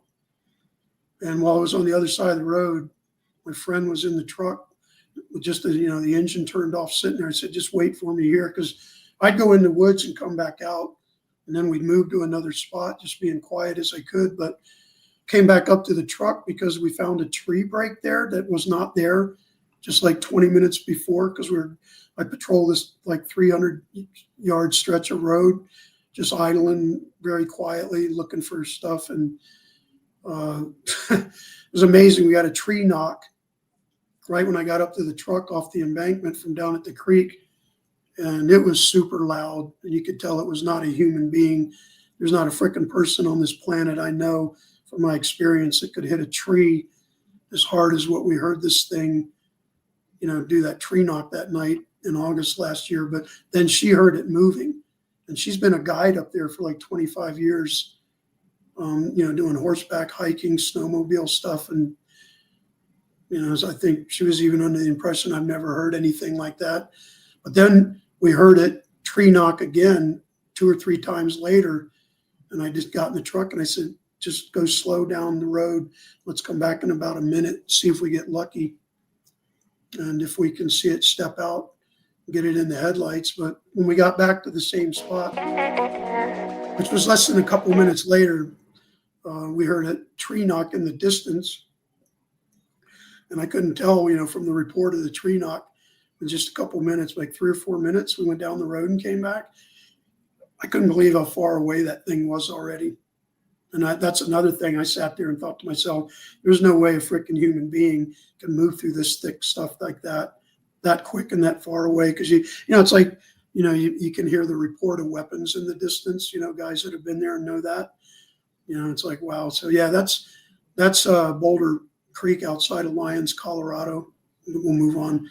Try to get going here so I don't get too elaborate and verbose, as Dr. Meldrum says.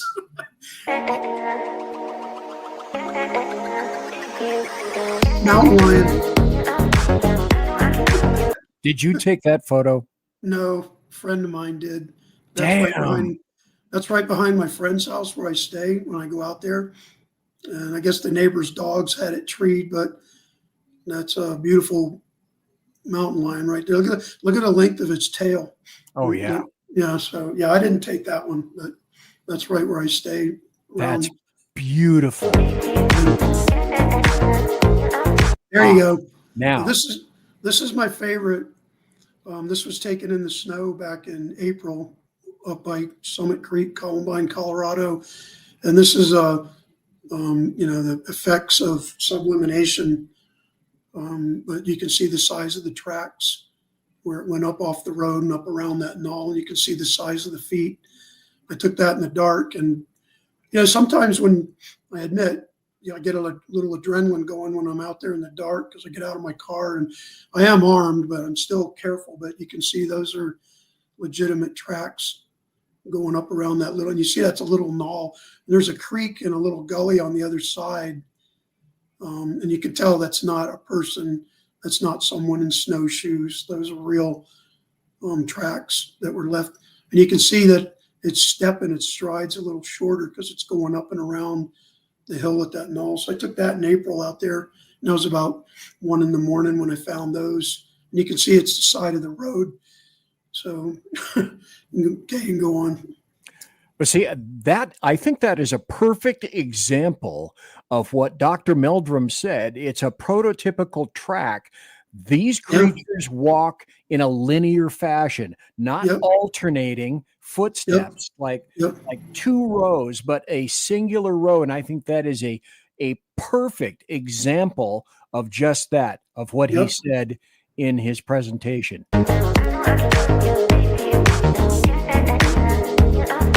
There you go. Now is that was last November, and you can see the deer elk track there. Then you can see the tracks coming down to the creek, and I think that might be a juvenile, but I'm pretty much sure that particular incident. And you can see the stride and everything. Yeah, tightrope walker is right, but you can see it's not like any other animal side by side. It's linear. And also, I think he went down there to get a drink. You know what I mean? So, yeah, I can go to the next one. So we can... Okay, this is a good one. This is, if you remember the footprint that Eric took at the guard shack at the Chevron mine. Okay. This is 3 years later in the snow last, March, from when I was down there, March a year ago. And I found this set of tracks, and you can see that left foot is an exact match to the track in the mud from up at the guard shack July 3 years before that. It's the same footprint, same size. You can see the deformed foot and the toe, the same injury that you were talking about. Yeah, exactly. Or deformity, but it's the exact same footprint 3 years later between the summer and the winter. And Dr. Meldrum's had a couple cases like that that are confirmed in like Washington and Oregon and other places in the Pacific Northwest where they found tracks that were from the same creature, like 8-10 years apart, maybe 100 and 150 miles, whatever it was. I don't remember exactly, but they, it's like fingerprints fingerprints, footprints. That's the same daggone creature. Which when I found him, I got out of the car and I walked over there. When I saw him from the road, I was like, holy crap, that's the same footprint from the same track from 3 years ago up at the Chevron mine guard shack. So yeah, we can go. Pretty neat, huh? This was Clark back in April or March, April. You can see the footprints. Again, they're in line coming across the guy's property. And you can see the elk tracks next to him. See the difference in the elk tracks next to the Sasquatch prints in the snow on the left. And then the thing crossed over and sat down. That's its butt cheeks and its thigh where it sat in the snow for some reason right there.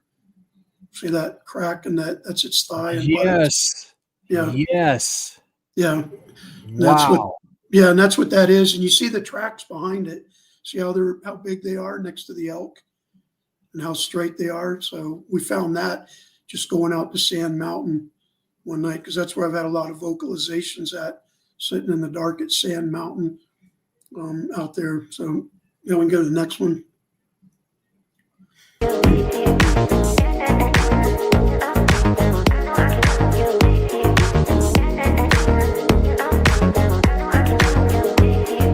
Here you go. What's that? This is where the incident at Bobcat Pass took place. And that's the meadow that you're going to see. I want everybody to look over there to the left, down that gully, down that rise. You see that little white shack there? Yeah, a little building. Yeah, you're going to see that in the video. And then when you see those power lines out there where the three support poles are, telephone poles, you see that little white open area there to the right where the grass hooks into those pine trees. At night on the thermal imager, that's where the Sasquatch was standing when I caught him. But I took that picture so people can see. And then I was out in the field and the elk were scattered in that area. But just remember that little white shack there, that little utility shed or whatever it is. All right, go ahead. Now, same footprint, different footprint. No, this is another one that Eric took, my witness, out by Bobcat Pass in the snow a couple years ago in the winter. But that's Eric's foot there. He sent me that. So that's Eric's. And then you can see how it all came together. And you can see that that is a right footprint. And you can see how deep it is from the weight of the creature. And you can tell that's not a snowshoe, and it's sublimated a bit. But that was in the snow going across all the way out past the area called Black Mountain. But that's Eric's footprint there. He sent me that one.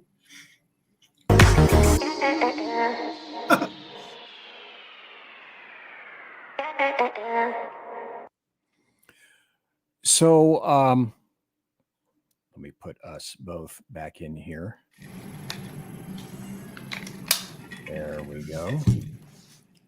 And great video. There are also some stills that I want to put up here, and perhaps you can explain those as well. Sure. There's that one.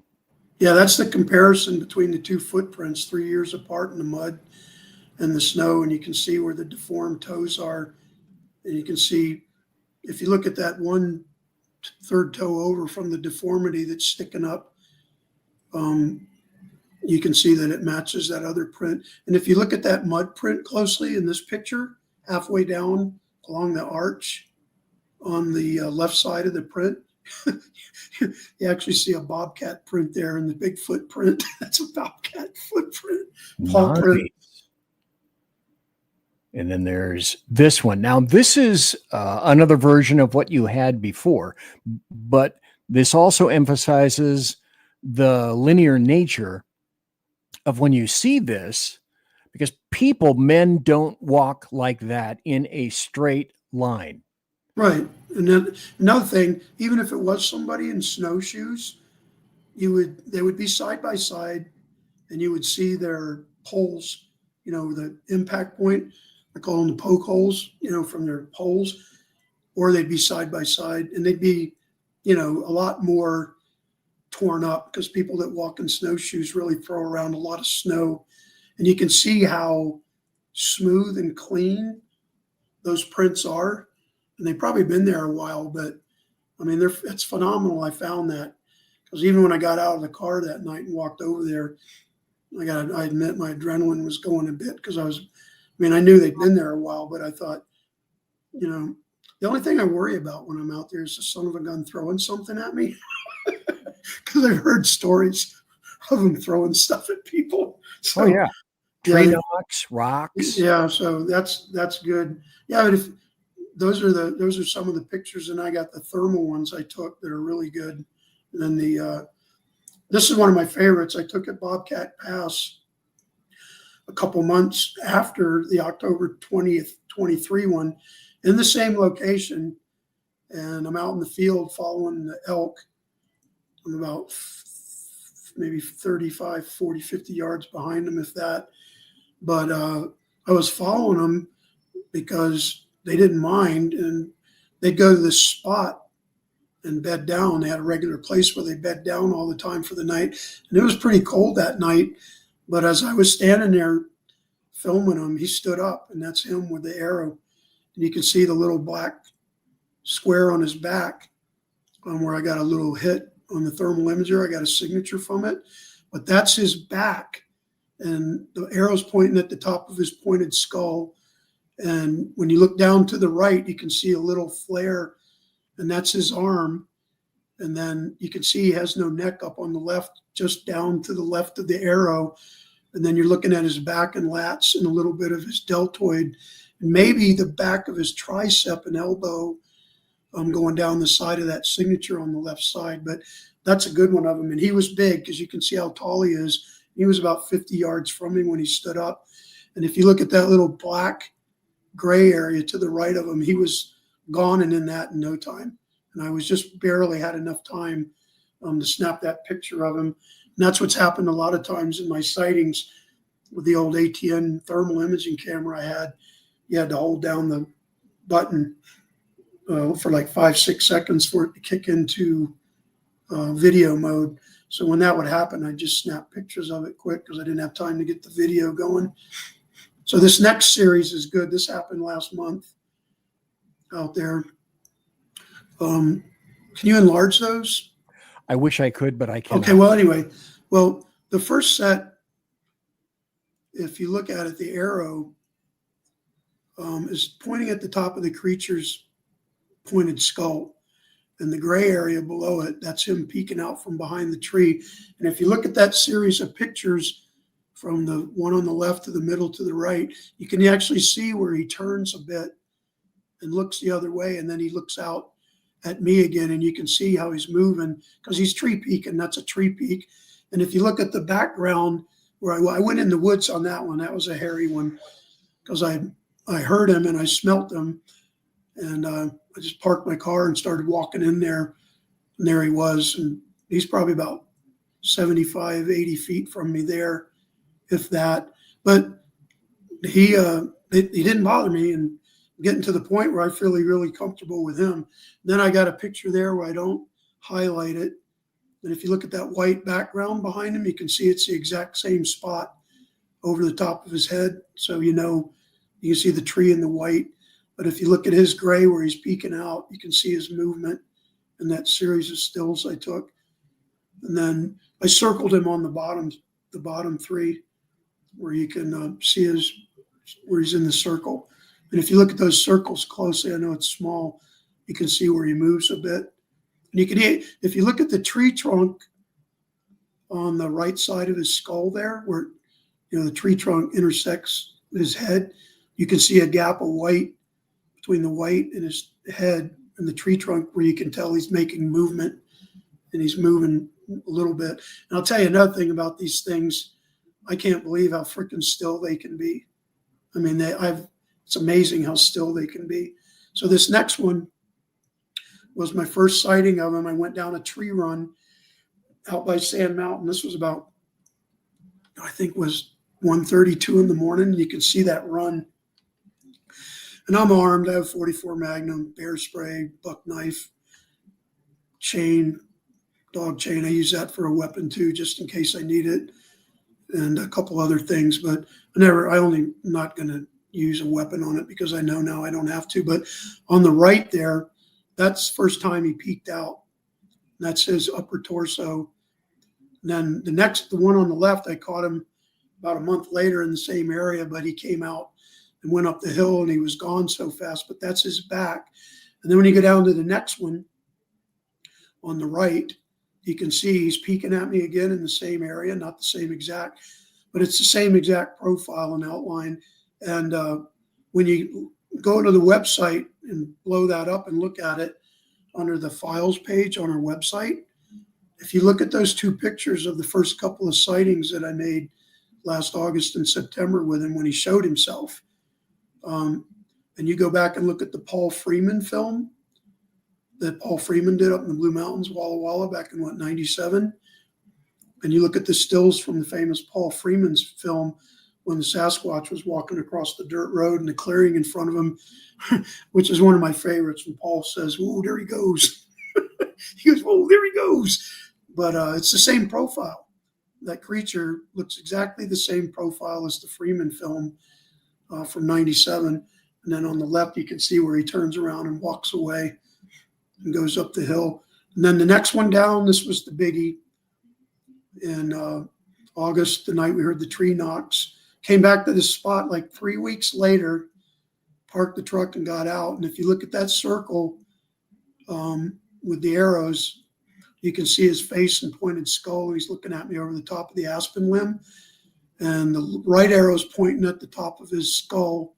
And you can see his face, his eyes, nose, mouth, and his beard. And that black hand that's up there on the aspen tree trunk to the left, that's his hand. He's got his arm up around the tree, and that's his hand, that black spot. And you can see where his left cheek and face overlap the trunk of the aspen tree on the right side as the trunk's going up. And then the next one over, you can see, if you look at it close enough there, you can see his face and his nose and his pointed skull, and he's taking a peek. And what he's doing there, he actually reached out and put his hand on the limb of the aspen tree, and like a geisha fan, he pulled it down to take a look at me, and then let it go back up. But I hope everybody sees his face and head there. And you look at that right side of the trunk of the aspen tree, right where it starts coming out of the aspen leaves there on the limb, and you can actually see his jaw overlapping with his cheek and his head going up, and you can see his pointed skull going back down. He's huge. And then this is another one that happened a couple months later. I don't know what the hell this was, but I heard it up in the trees, and I took pictures of it with my cell phone. And if you look, you can see a pointed skull, and you can see the left eye, and you can see, I don't know what it is. And I just took a picture of it. And when I caught it, I was like, I don't even know. Might be a bobcat or a ocelot or something like that. I don't know. Then the bottom one was taken last December, November, in the snow. The middle one, you can see how deep the heel goes into the snow. And it's not a bear, because the bears are already hibernated. You can see the heel and the arch and the toes.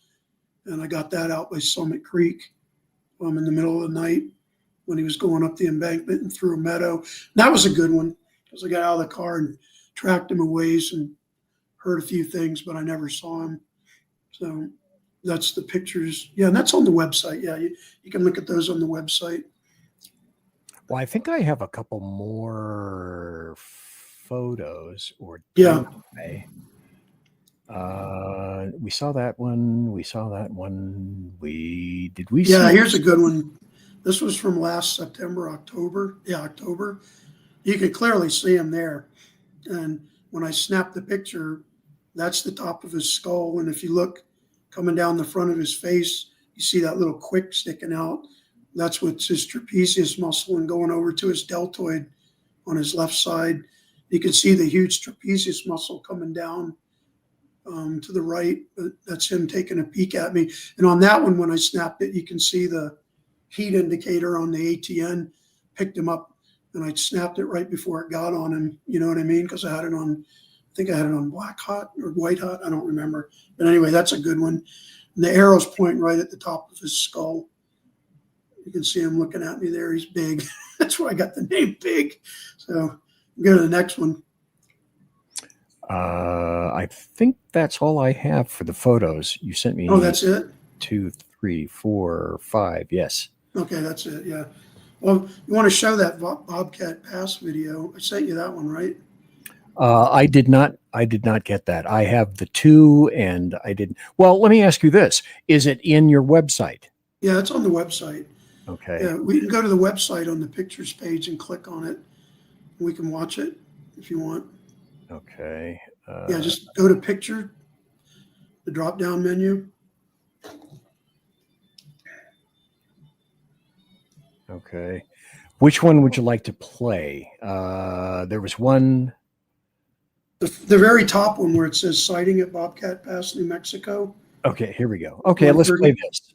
Yeah, and this is the mother lode. You got to see this, everybody. You'll be amazed when you see this. This is at 1:30 in the morning. I'll narrate it as we go through it. Should have heard this thing scream. Okay, stop right there. This is the first scream.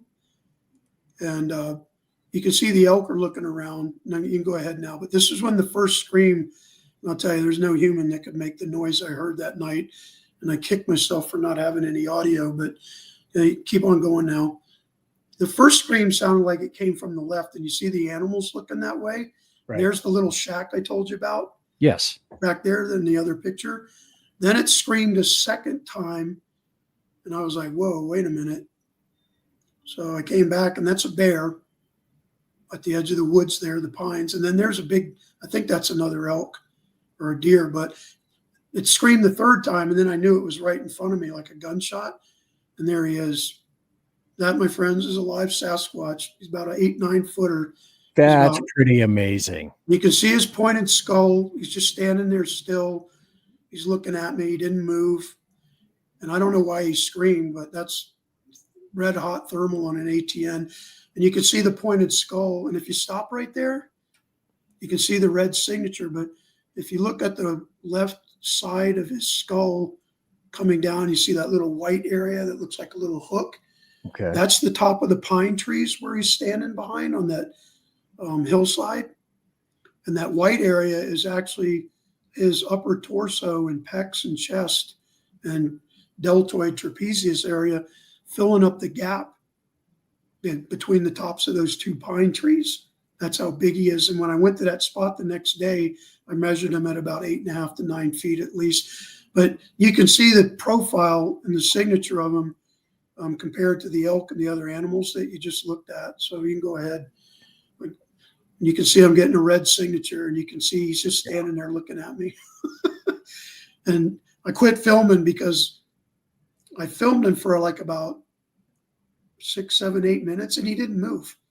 I thought, daggone. So I just quit filming him, and I went about my business. And then I came back a little bit later, and he was gone.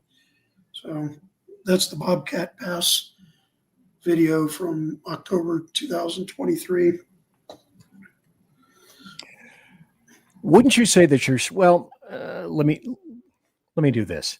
You think that you're going to get some take. Now, obviously you've got some FLIR / nighttime take, some video. Right.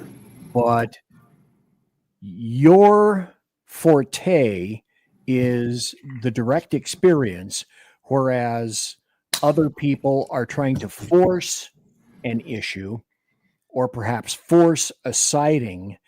You just find a location, sit, and wait. Yep, that's what I'm doing. And I do that so everybody understands. It's not a random thing based on the stuff I learned from Dr. Meldrum and my own experience. As a SEAL, I did an area study. I picked out 2 or 3 areas in each study area in Colorado and New Mexico, which would be the most highly probable for, like, you know, game enthusiasts and hunters when they put up their trail cameras, you know, on trails and runs. And I just go and sit because I figured this has got to be a place where they'd probably come to the creek for water. There's good trafficability back here through these ravines and gullies because, you know, even anybody that's done any humping in the military will tell you too, SF guys, sometimes especially when you're training, you want to take the path of least resistance to get to your target. If you can do it without being stupid and being compromised or second guessed. But I've done stuff like that based on my experience, and it's panned out because, like I said before, if you remember, based on Dr. Meldrum's information and the teachings and the recommendations that he's conveyed to me the last, 2 years or so, I've applied and adhered to a lot of that. And one of them is just sticking to 2 areas. These 2 spaces, these 2 places, work them, don't be reactionary. We're not moving around. And it's paying off because, if you went back to my website and went to the big files page again, I think I've got a picture, and you'll see some of the wildlife encounters that I had from just sitting there in the dark. Yeah, like they just said, I just go camp, set up camp and wait, and they come to me always, and they can be scary sometimes. Yeah, it can be scary. You got a 8-foot tall, 1,100-pound hominid coming to your campground. So that's why maybe if we get lucky, we'll invite him into the campground one night and have a root beer or a beer with him and roast some hot dogs. I don't know, just being off the wall. Yeah, that's what I do. It's been pretty methodical in picking out the places and just sticking to them and working that area and staying there. And it's turning out to be pretty fruitful and productive. Just let everybody know. Any other videos that you'd like to play from, because I have your site still up and I have some of the videos still up. There's a highlight video. There's thermal night sighting. Yeah, we can do that. Do the thermal night sightings. Okay. These are thermal images I do last year and a half.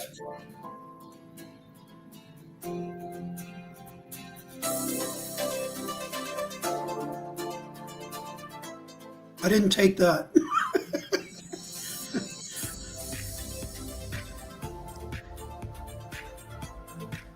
That's the one you saw before. That's Bobcat Pass. Yeah, that's the one where he popped up at Bobcat Pass. You can see him there on the left. This is out by Allen's Park, Estes Park, Rocky Mountain National Park. I just walked out this herd of elk, deer one night, just stood there and took pictures of them. They all stood and looked at me. I went back to my car. It was pretty neat. That's some of my art. I do my own art, put my own ads together with my logo. That's a still of the Bobcat Pass. You can see the red signature. You can see him standing there, his pointed head. It's one of my favorites.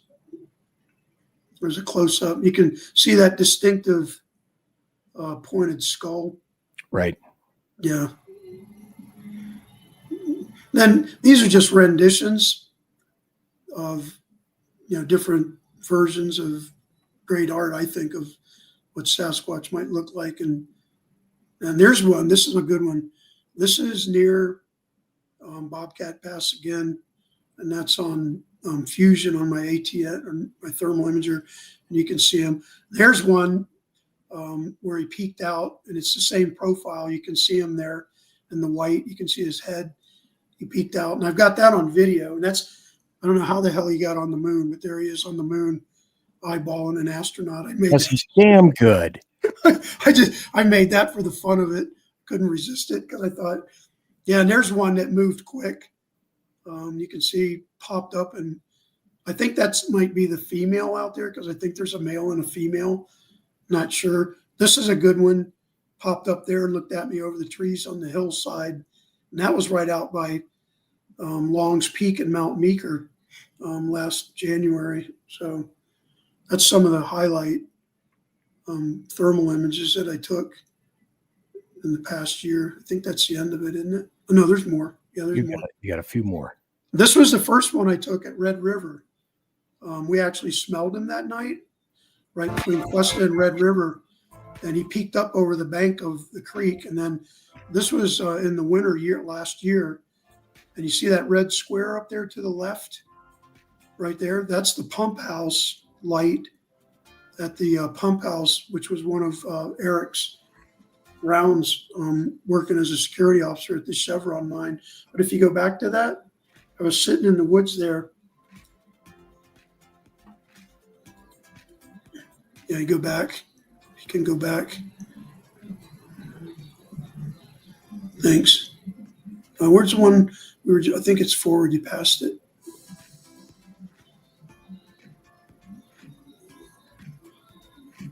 That's the far one of the one that's zoomed out. You can see him standing there. That's a little bit clearer, looking through the woods. Then that one in the red, yeah. Where'd that one in the red go at the pump house?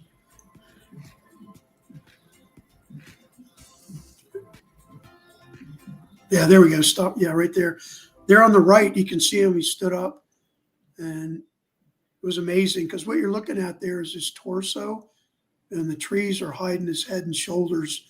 And if you look down, you see that V, and that's actually his crotch, where his legs and thighs are at the bottom of that image. But that's him. And then he took off quick. He went up the side of that hill in the dark like nothing. He was gone. I heard him, but that's him right there. And I only got that portion of him because it happened so fast. But the square, the red square to the left there, that's actually the pump house down there between Columbine and Cuesta, which is part of the engineering stuff or whatever for the Chevron mine. I think they use that to pump water up to the mine. Anyway, that's a good one.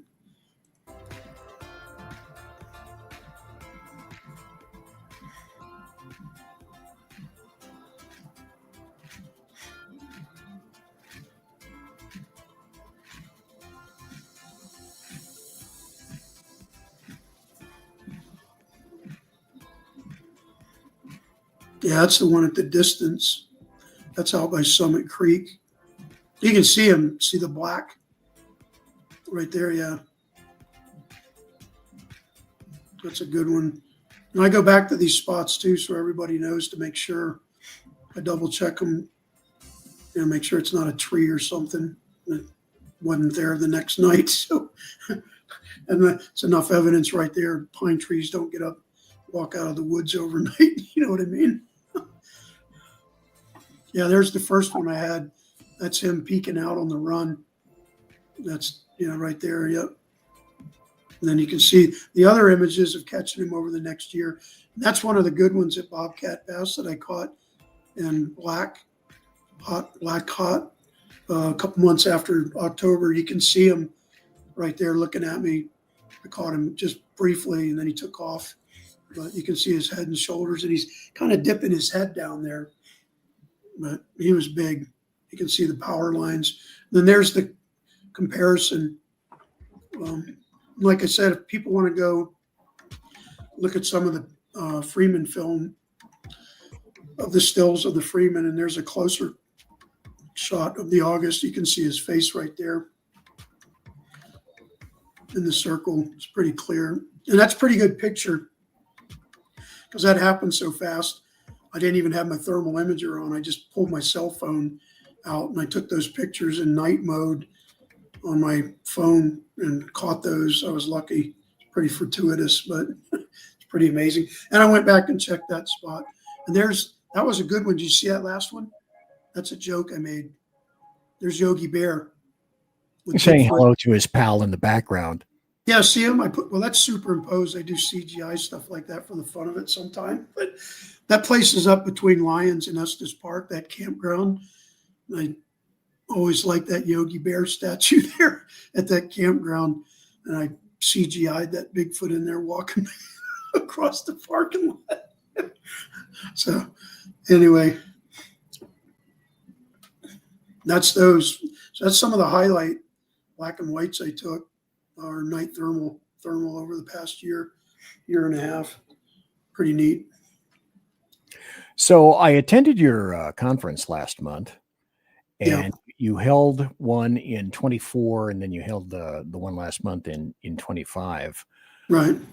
When you gave your conferences, was there anything in particular that you were looking for?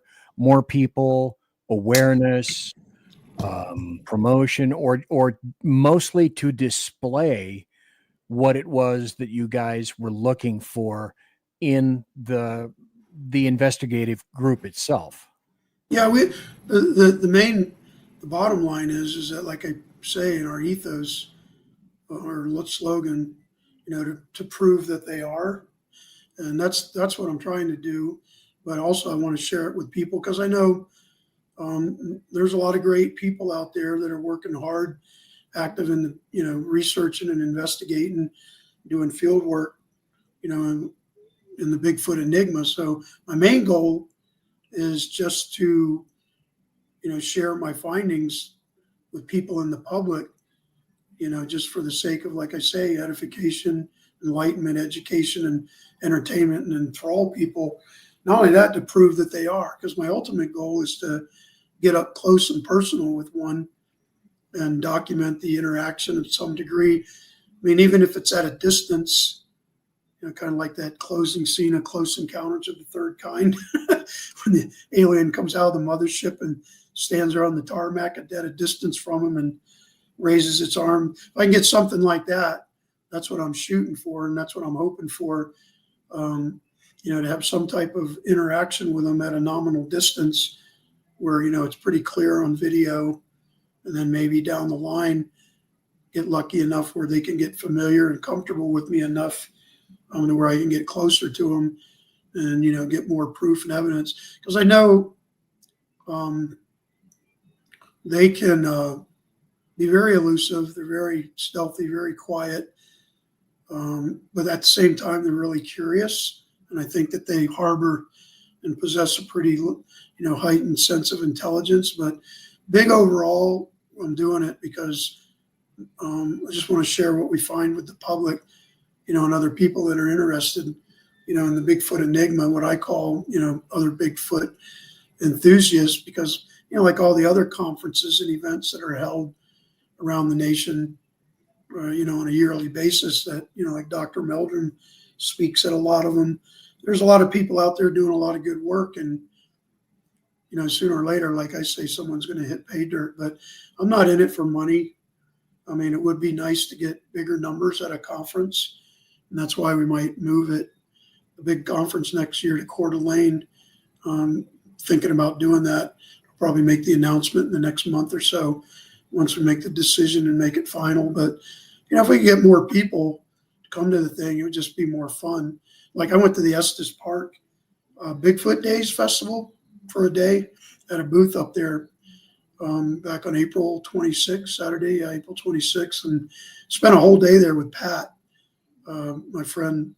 That's another member of Big, and all we did was pitch the conference, and we had so much fun, and it was really pretty edifying to meet people that opened up and told me about their accounts that were very personal with their sightings. Like I had one guy and his wife just started talking about this incident sighting they had one night coming back from a camping trip.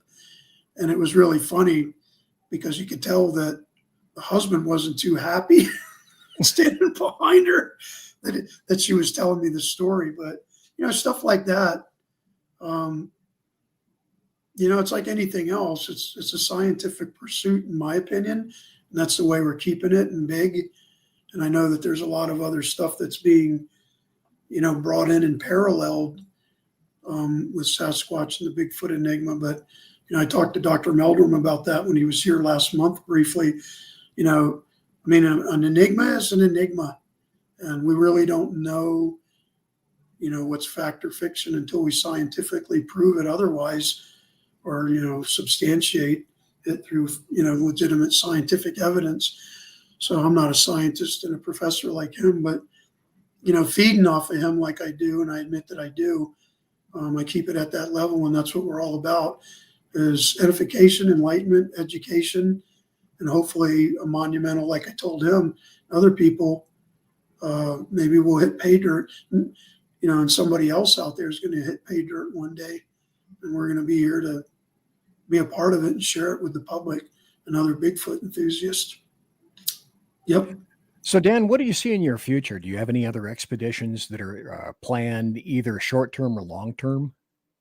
Oh, yeah. I'm going to continue to work the northern Colorado area this summer. And like I said, I just got back from 4 or 5 days up there Tuesday night, which was a pretty phenomenal trip. And on the next show, if we do another one, I've got some video of an incident that I recorded that's really going to blow people's minds, because it's not Bigfoot related, but we'll share it on the next show. But yeah, I do have other expeditions. As a matter of fact, I might go down to Red River next week, because that's what I do. I work Red River and I work, Hans Beach, Columbine, those two areas. And like I said, I go out at sunset and come home at like 3, 4 in the morning. There's been a couple of times I came home at sunrise and, had a pretty fruitful night. But yeah, I've got other expeditions planned for those 2 AOIs, we call it. And that's the only place we're working. We've got some other stuff in the work with Eric and Sylvia. I was supposed to meet with them on Sunday, but I can't get down there on Sunday right now. But yeah, I got a whole year and a schedule laid out. And another thing, I don't try to stay in an area too long, on a continual basis, because, I think that establishes some familiarity with everything. So if you come and go randomly, you don't have a set pattern. I think that's paying off too, with the success that we're having. So, I do have stuff planned in those 2 areas throughout the summer. And I only go up a couple times in the winter because, like other animals, when there's snow on the ground, they're not moving around too much. But I was lucky to find some of those prints up there in March, April. But we'll just keep working those 2 areas, going up there, when I do. And I go up once or twice a month. And I got other stuff to do with Big. And, I'm retired. So I like to go fishing in the summer and camping and stuff like that and hiking. So I throw that in there too to enjoy myself. So I kind of mix business with pleasure. You know what I mean? Well, Dan, let me say this. We've already spoken a couple of times at length, a couple of phone calls that went for an hour, a couple hours. Yeah. You are always welcome back whenever you have any take that you'd like to let everybody see or display. Give me a buzz, and we'll put it on. We'll get you on the show. It has been an absolute pleasure to see, folks. I told you. I told you, and I told you, and then I told you that he is a cool cat. He is a really unique, well-educated, hugely rounded guy with all sorts of training, education, experience that he brings to the venue that very damn few. I wouldn't. I don't. I'll be the first to admit this is beyond my purvey, but it's with the digital world that I get to have great people on like Dan Toth and be able to speak to them. And you are always invited back anytime, every time. It's been a pleasure to be here. And I hope that, all the people out there, thanks for your remarks and comments. And I do have some audio recordings. I do use an audio recorder. I've heard some verbalizations out there. Even my friend heard with me that were mind-boggling. I mean, sheesh. When you hear these things, what I call night screams, that's what I call them. Like I said in that Bobcat Pass video from October 23, I wish I would have had audio of that for people to hear it. But, I've heard elk. I've even heard female mountain lions in heat, doing the old mating call, come and get me and everything. That'd be exciting. Yeah. Well, yeah. I mean, yeah, if you've ever heard a mountain lion female, letting all the boys know she's ready to mate, that's a hell of a sound to hear, especially at night or during the day. But, if you've been out in the boondocks and you're a huntsman, you're a hunter or an outdoorsman or any type of avid sportsman, you know what you're listening to. And when you hear something that, literally goes, and it's about 1,000 times louder than that, there's been a couple times in the night where I just stood there and I went, what the hell was that? I mean, it's like, so they're out there and they're real, and keep up the good work. I use the cliche, keep up the faith, because sooner or later,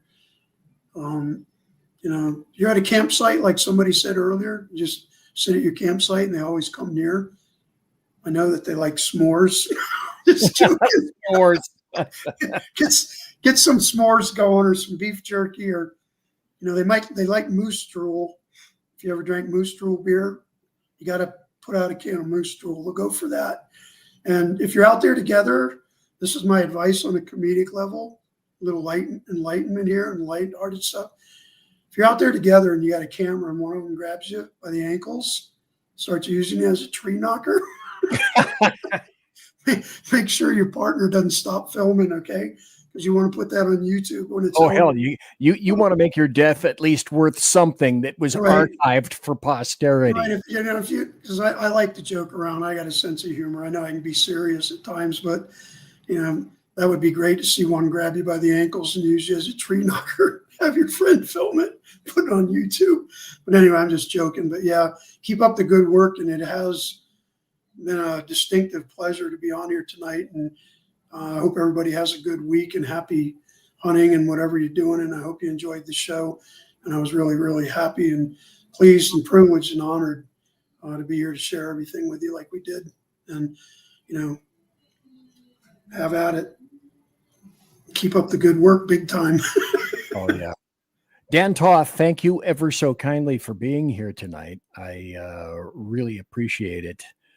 And to Dan and everyone else, thank you for being here. Thank you for staying up so late at night. Because let's see, right now it is 1:20 in the morning on the East Coast. It's like, holy crap. So, Dan, thanks for being here. God bless, take care, and be safe. And that way it's time for, I think,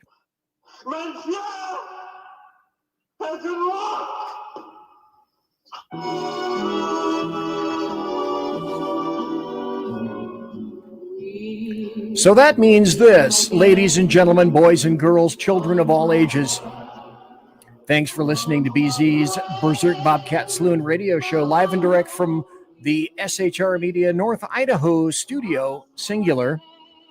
And thanks to everybody who was watching on X, on Twitch, on KLRN, on Rumble, and to all the people who unfortunately weren't able to watch live, because I always love doing live stuff. And to the people, I get a great number of folks who watch in podcasts. So when this wraps up on Rumble and on YouTube, and I will ship it out tomorrow as a podcast, you can watch the show. You will have a grand and great time. And that's exactly why I say something similar to promotional consideration is by the Lockheed Martin Skunk Works, also Shure and Electro Voice microphones, the people that manufacture by Board Arrakis, and Pratt & Whitney engines producing thrust. You can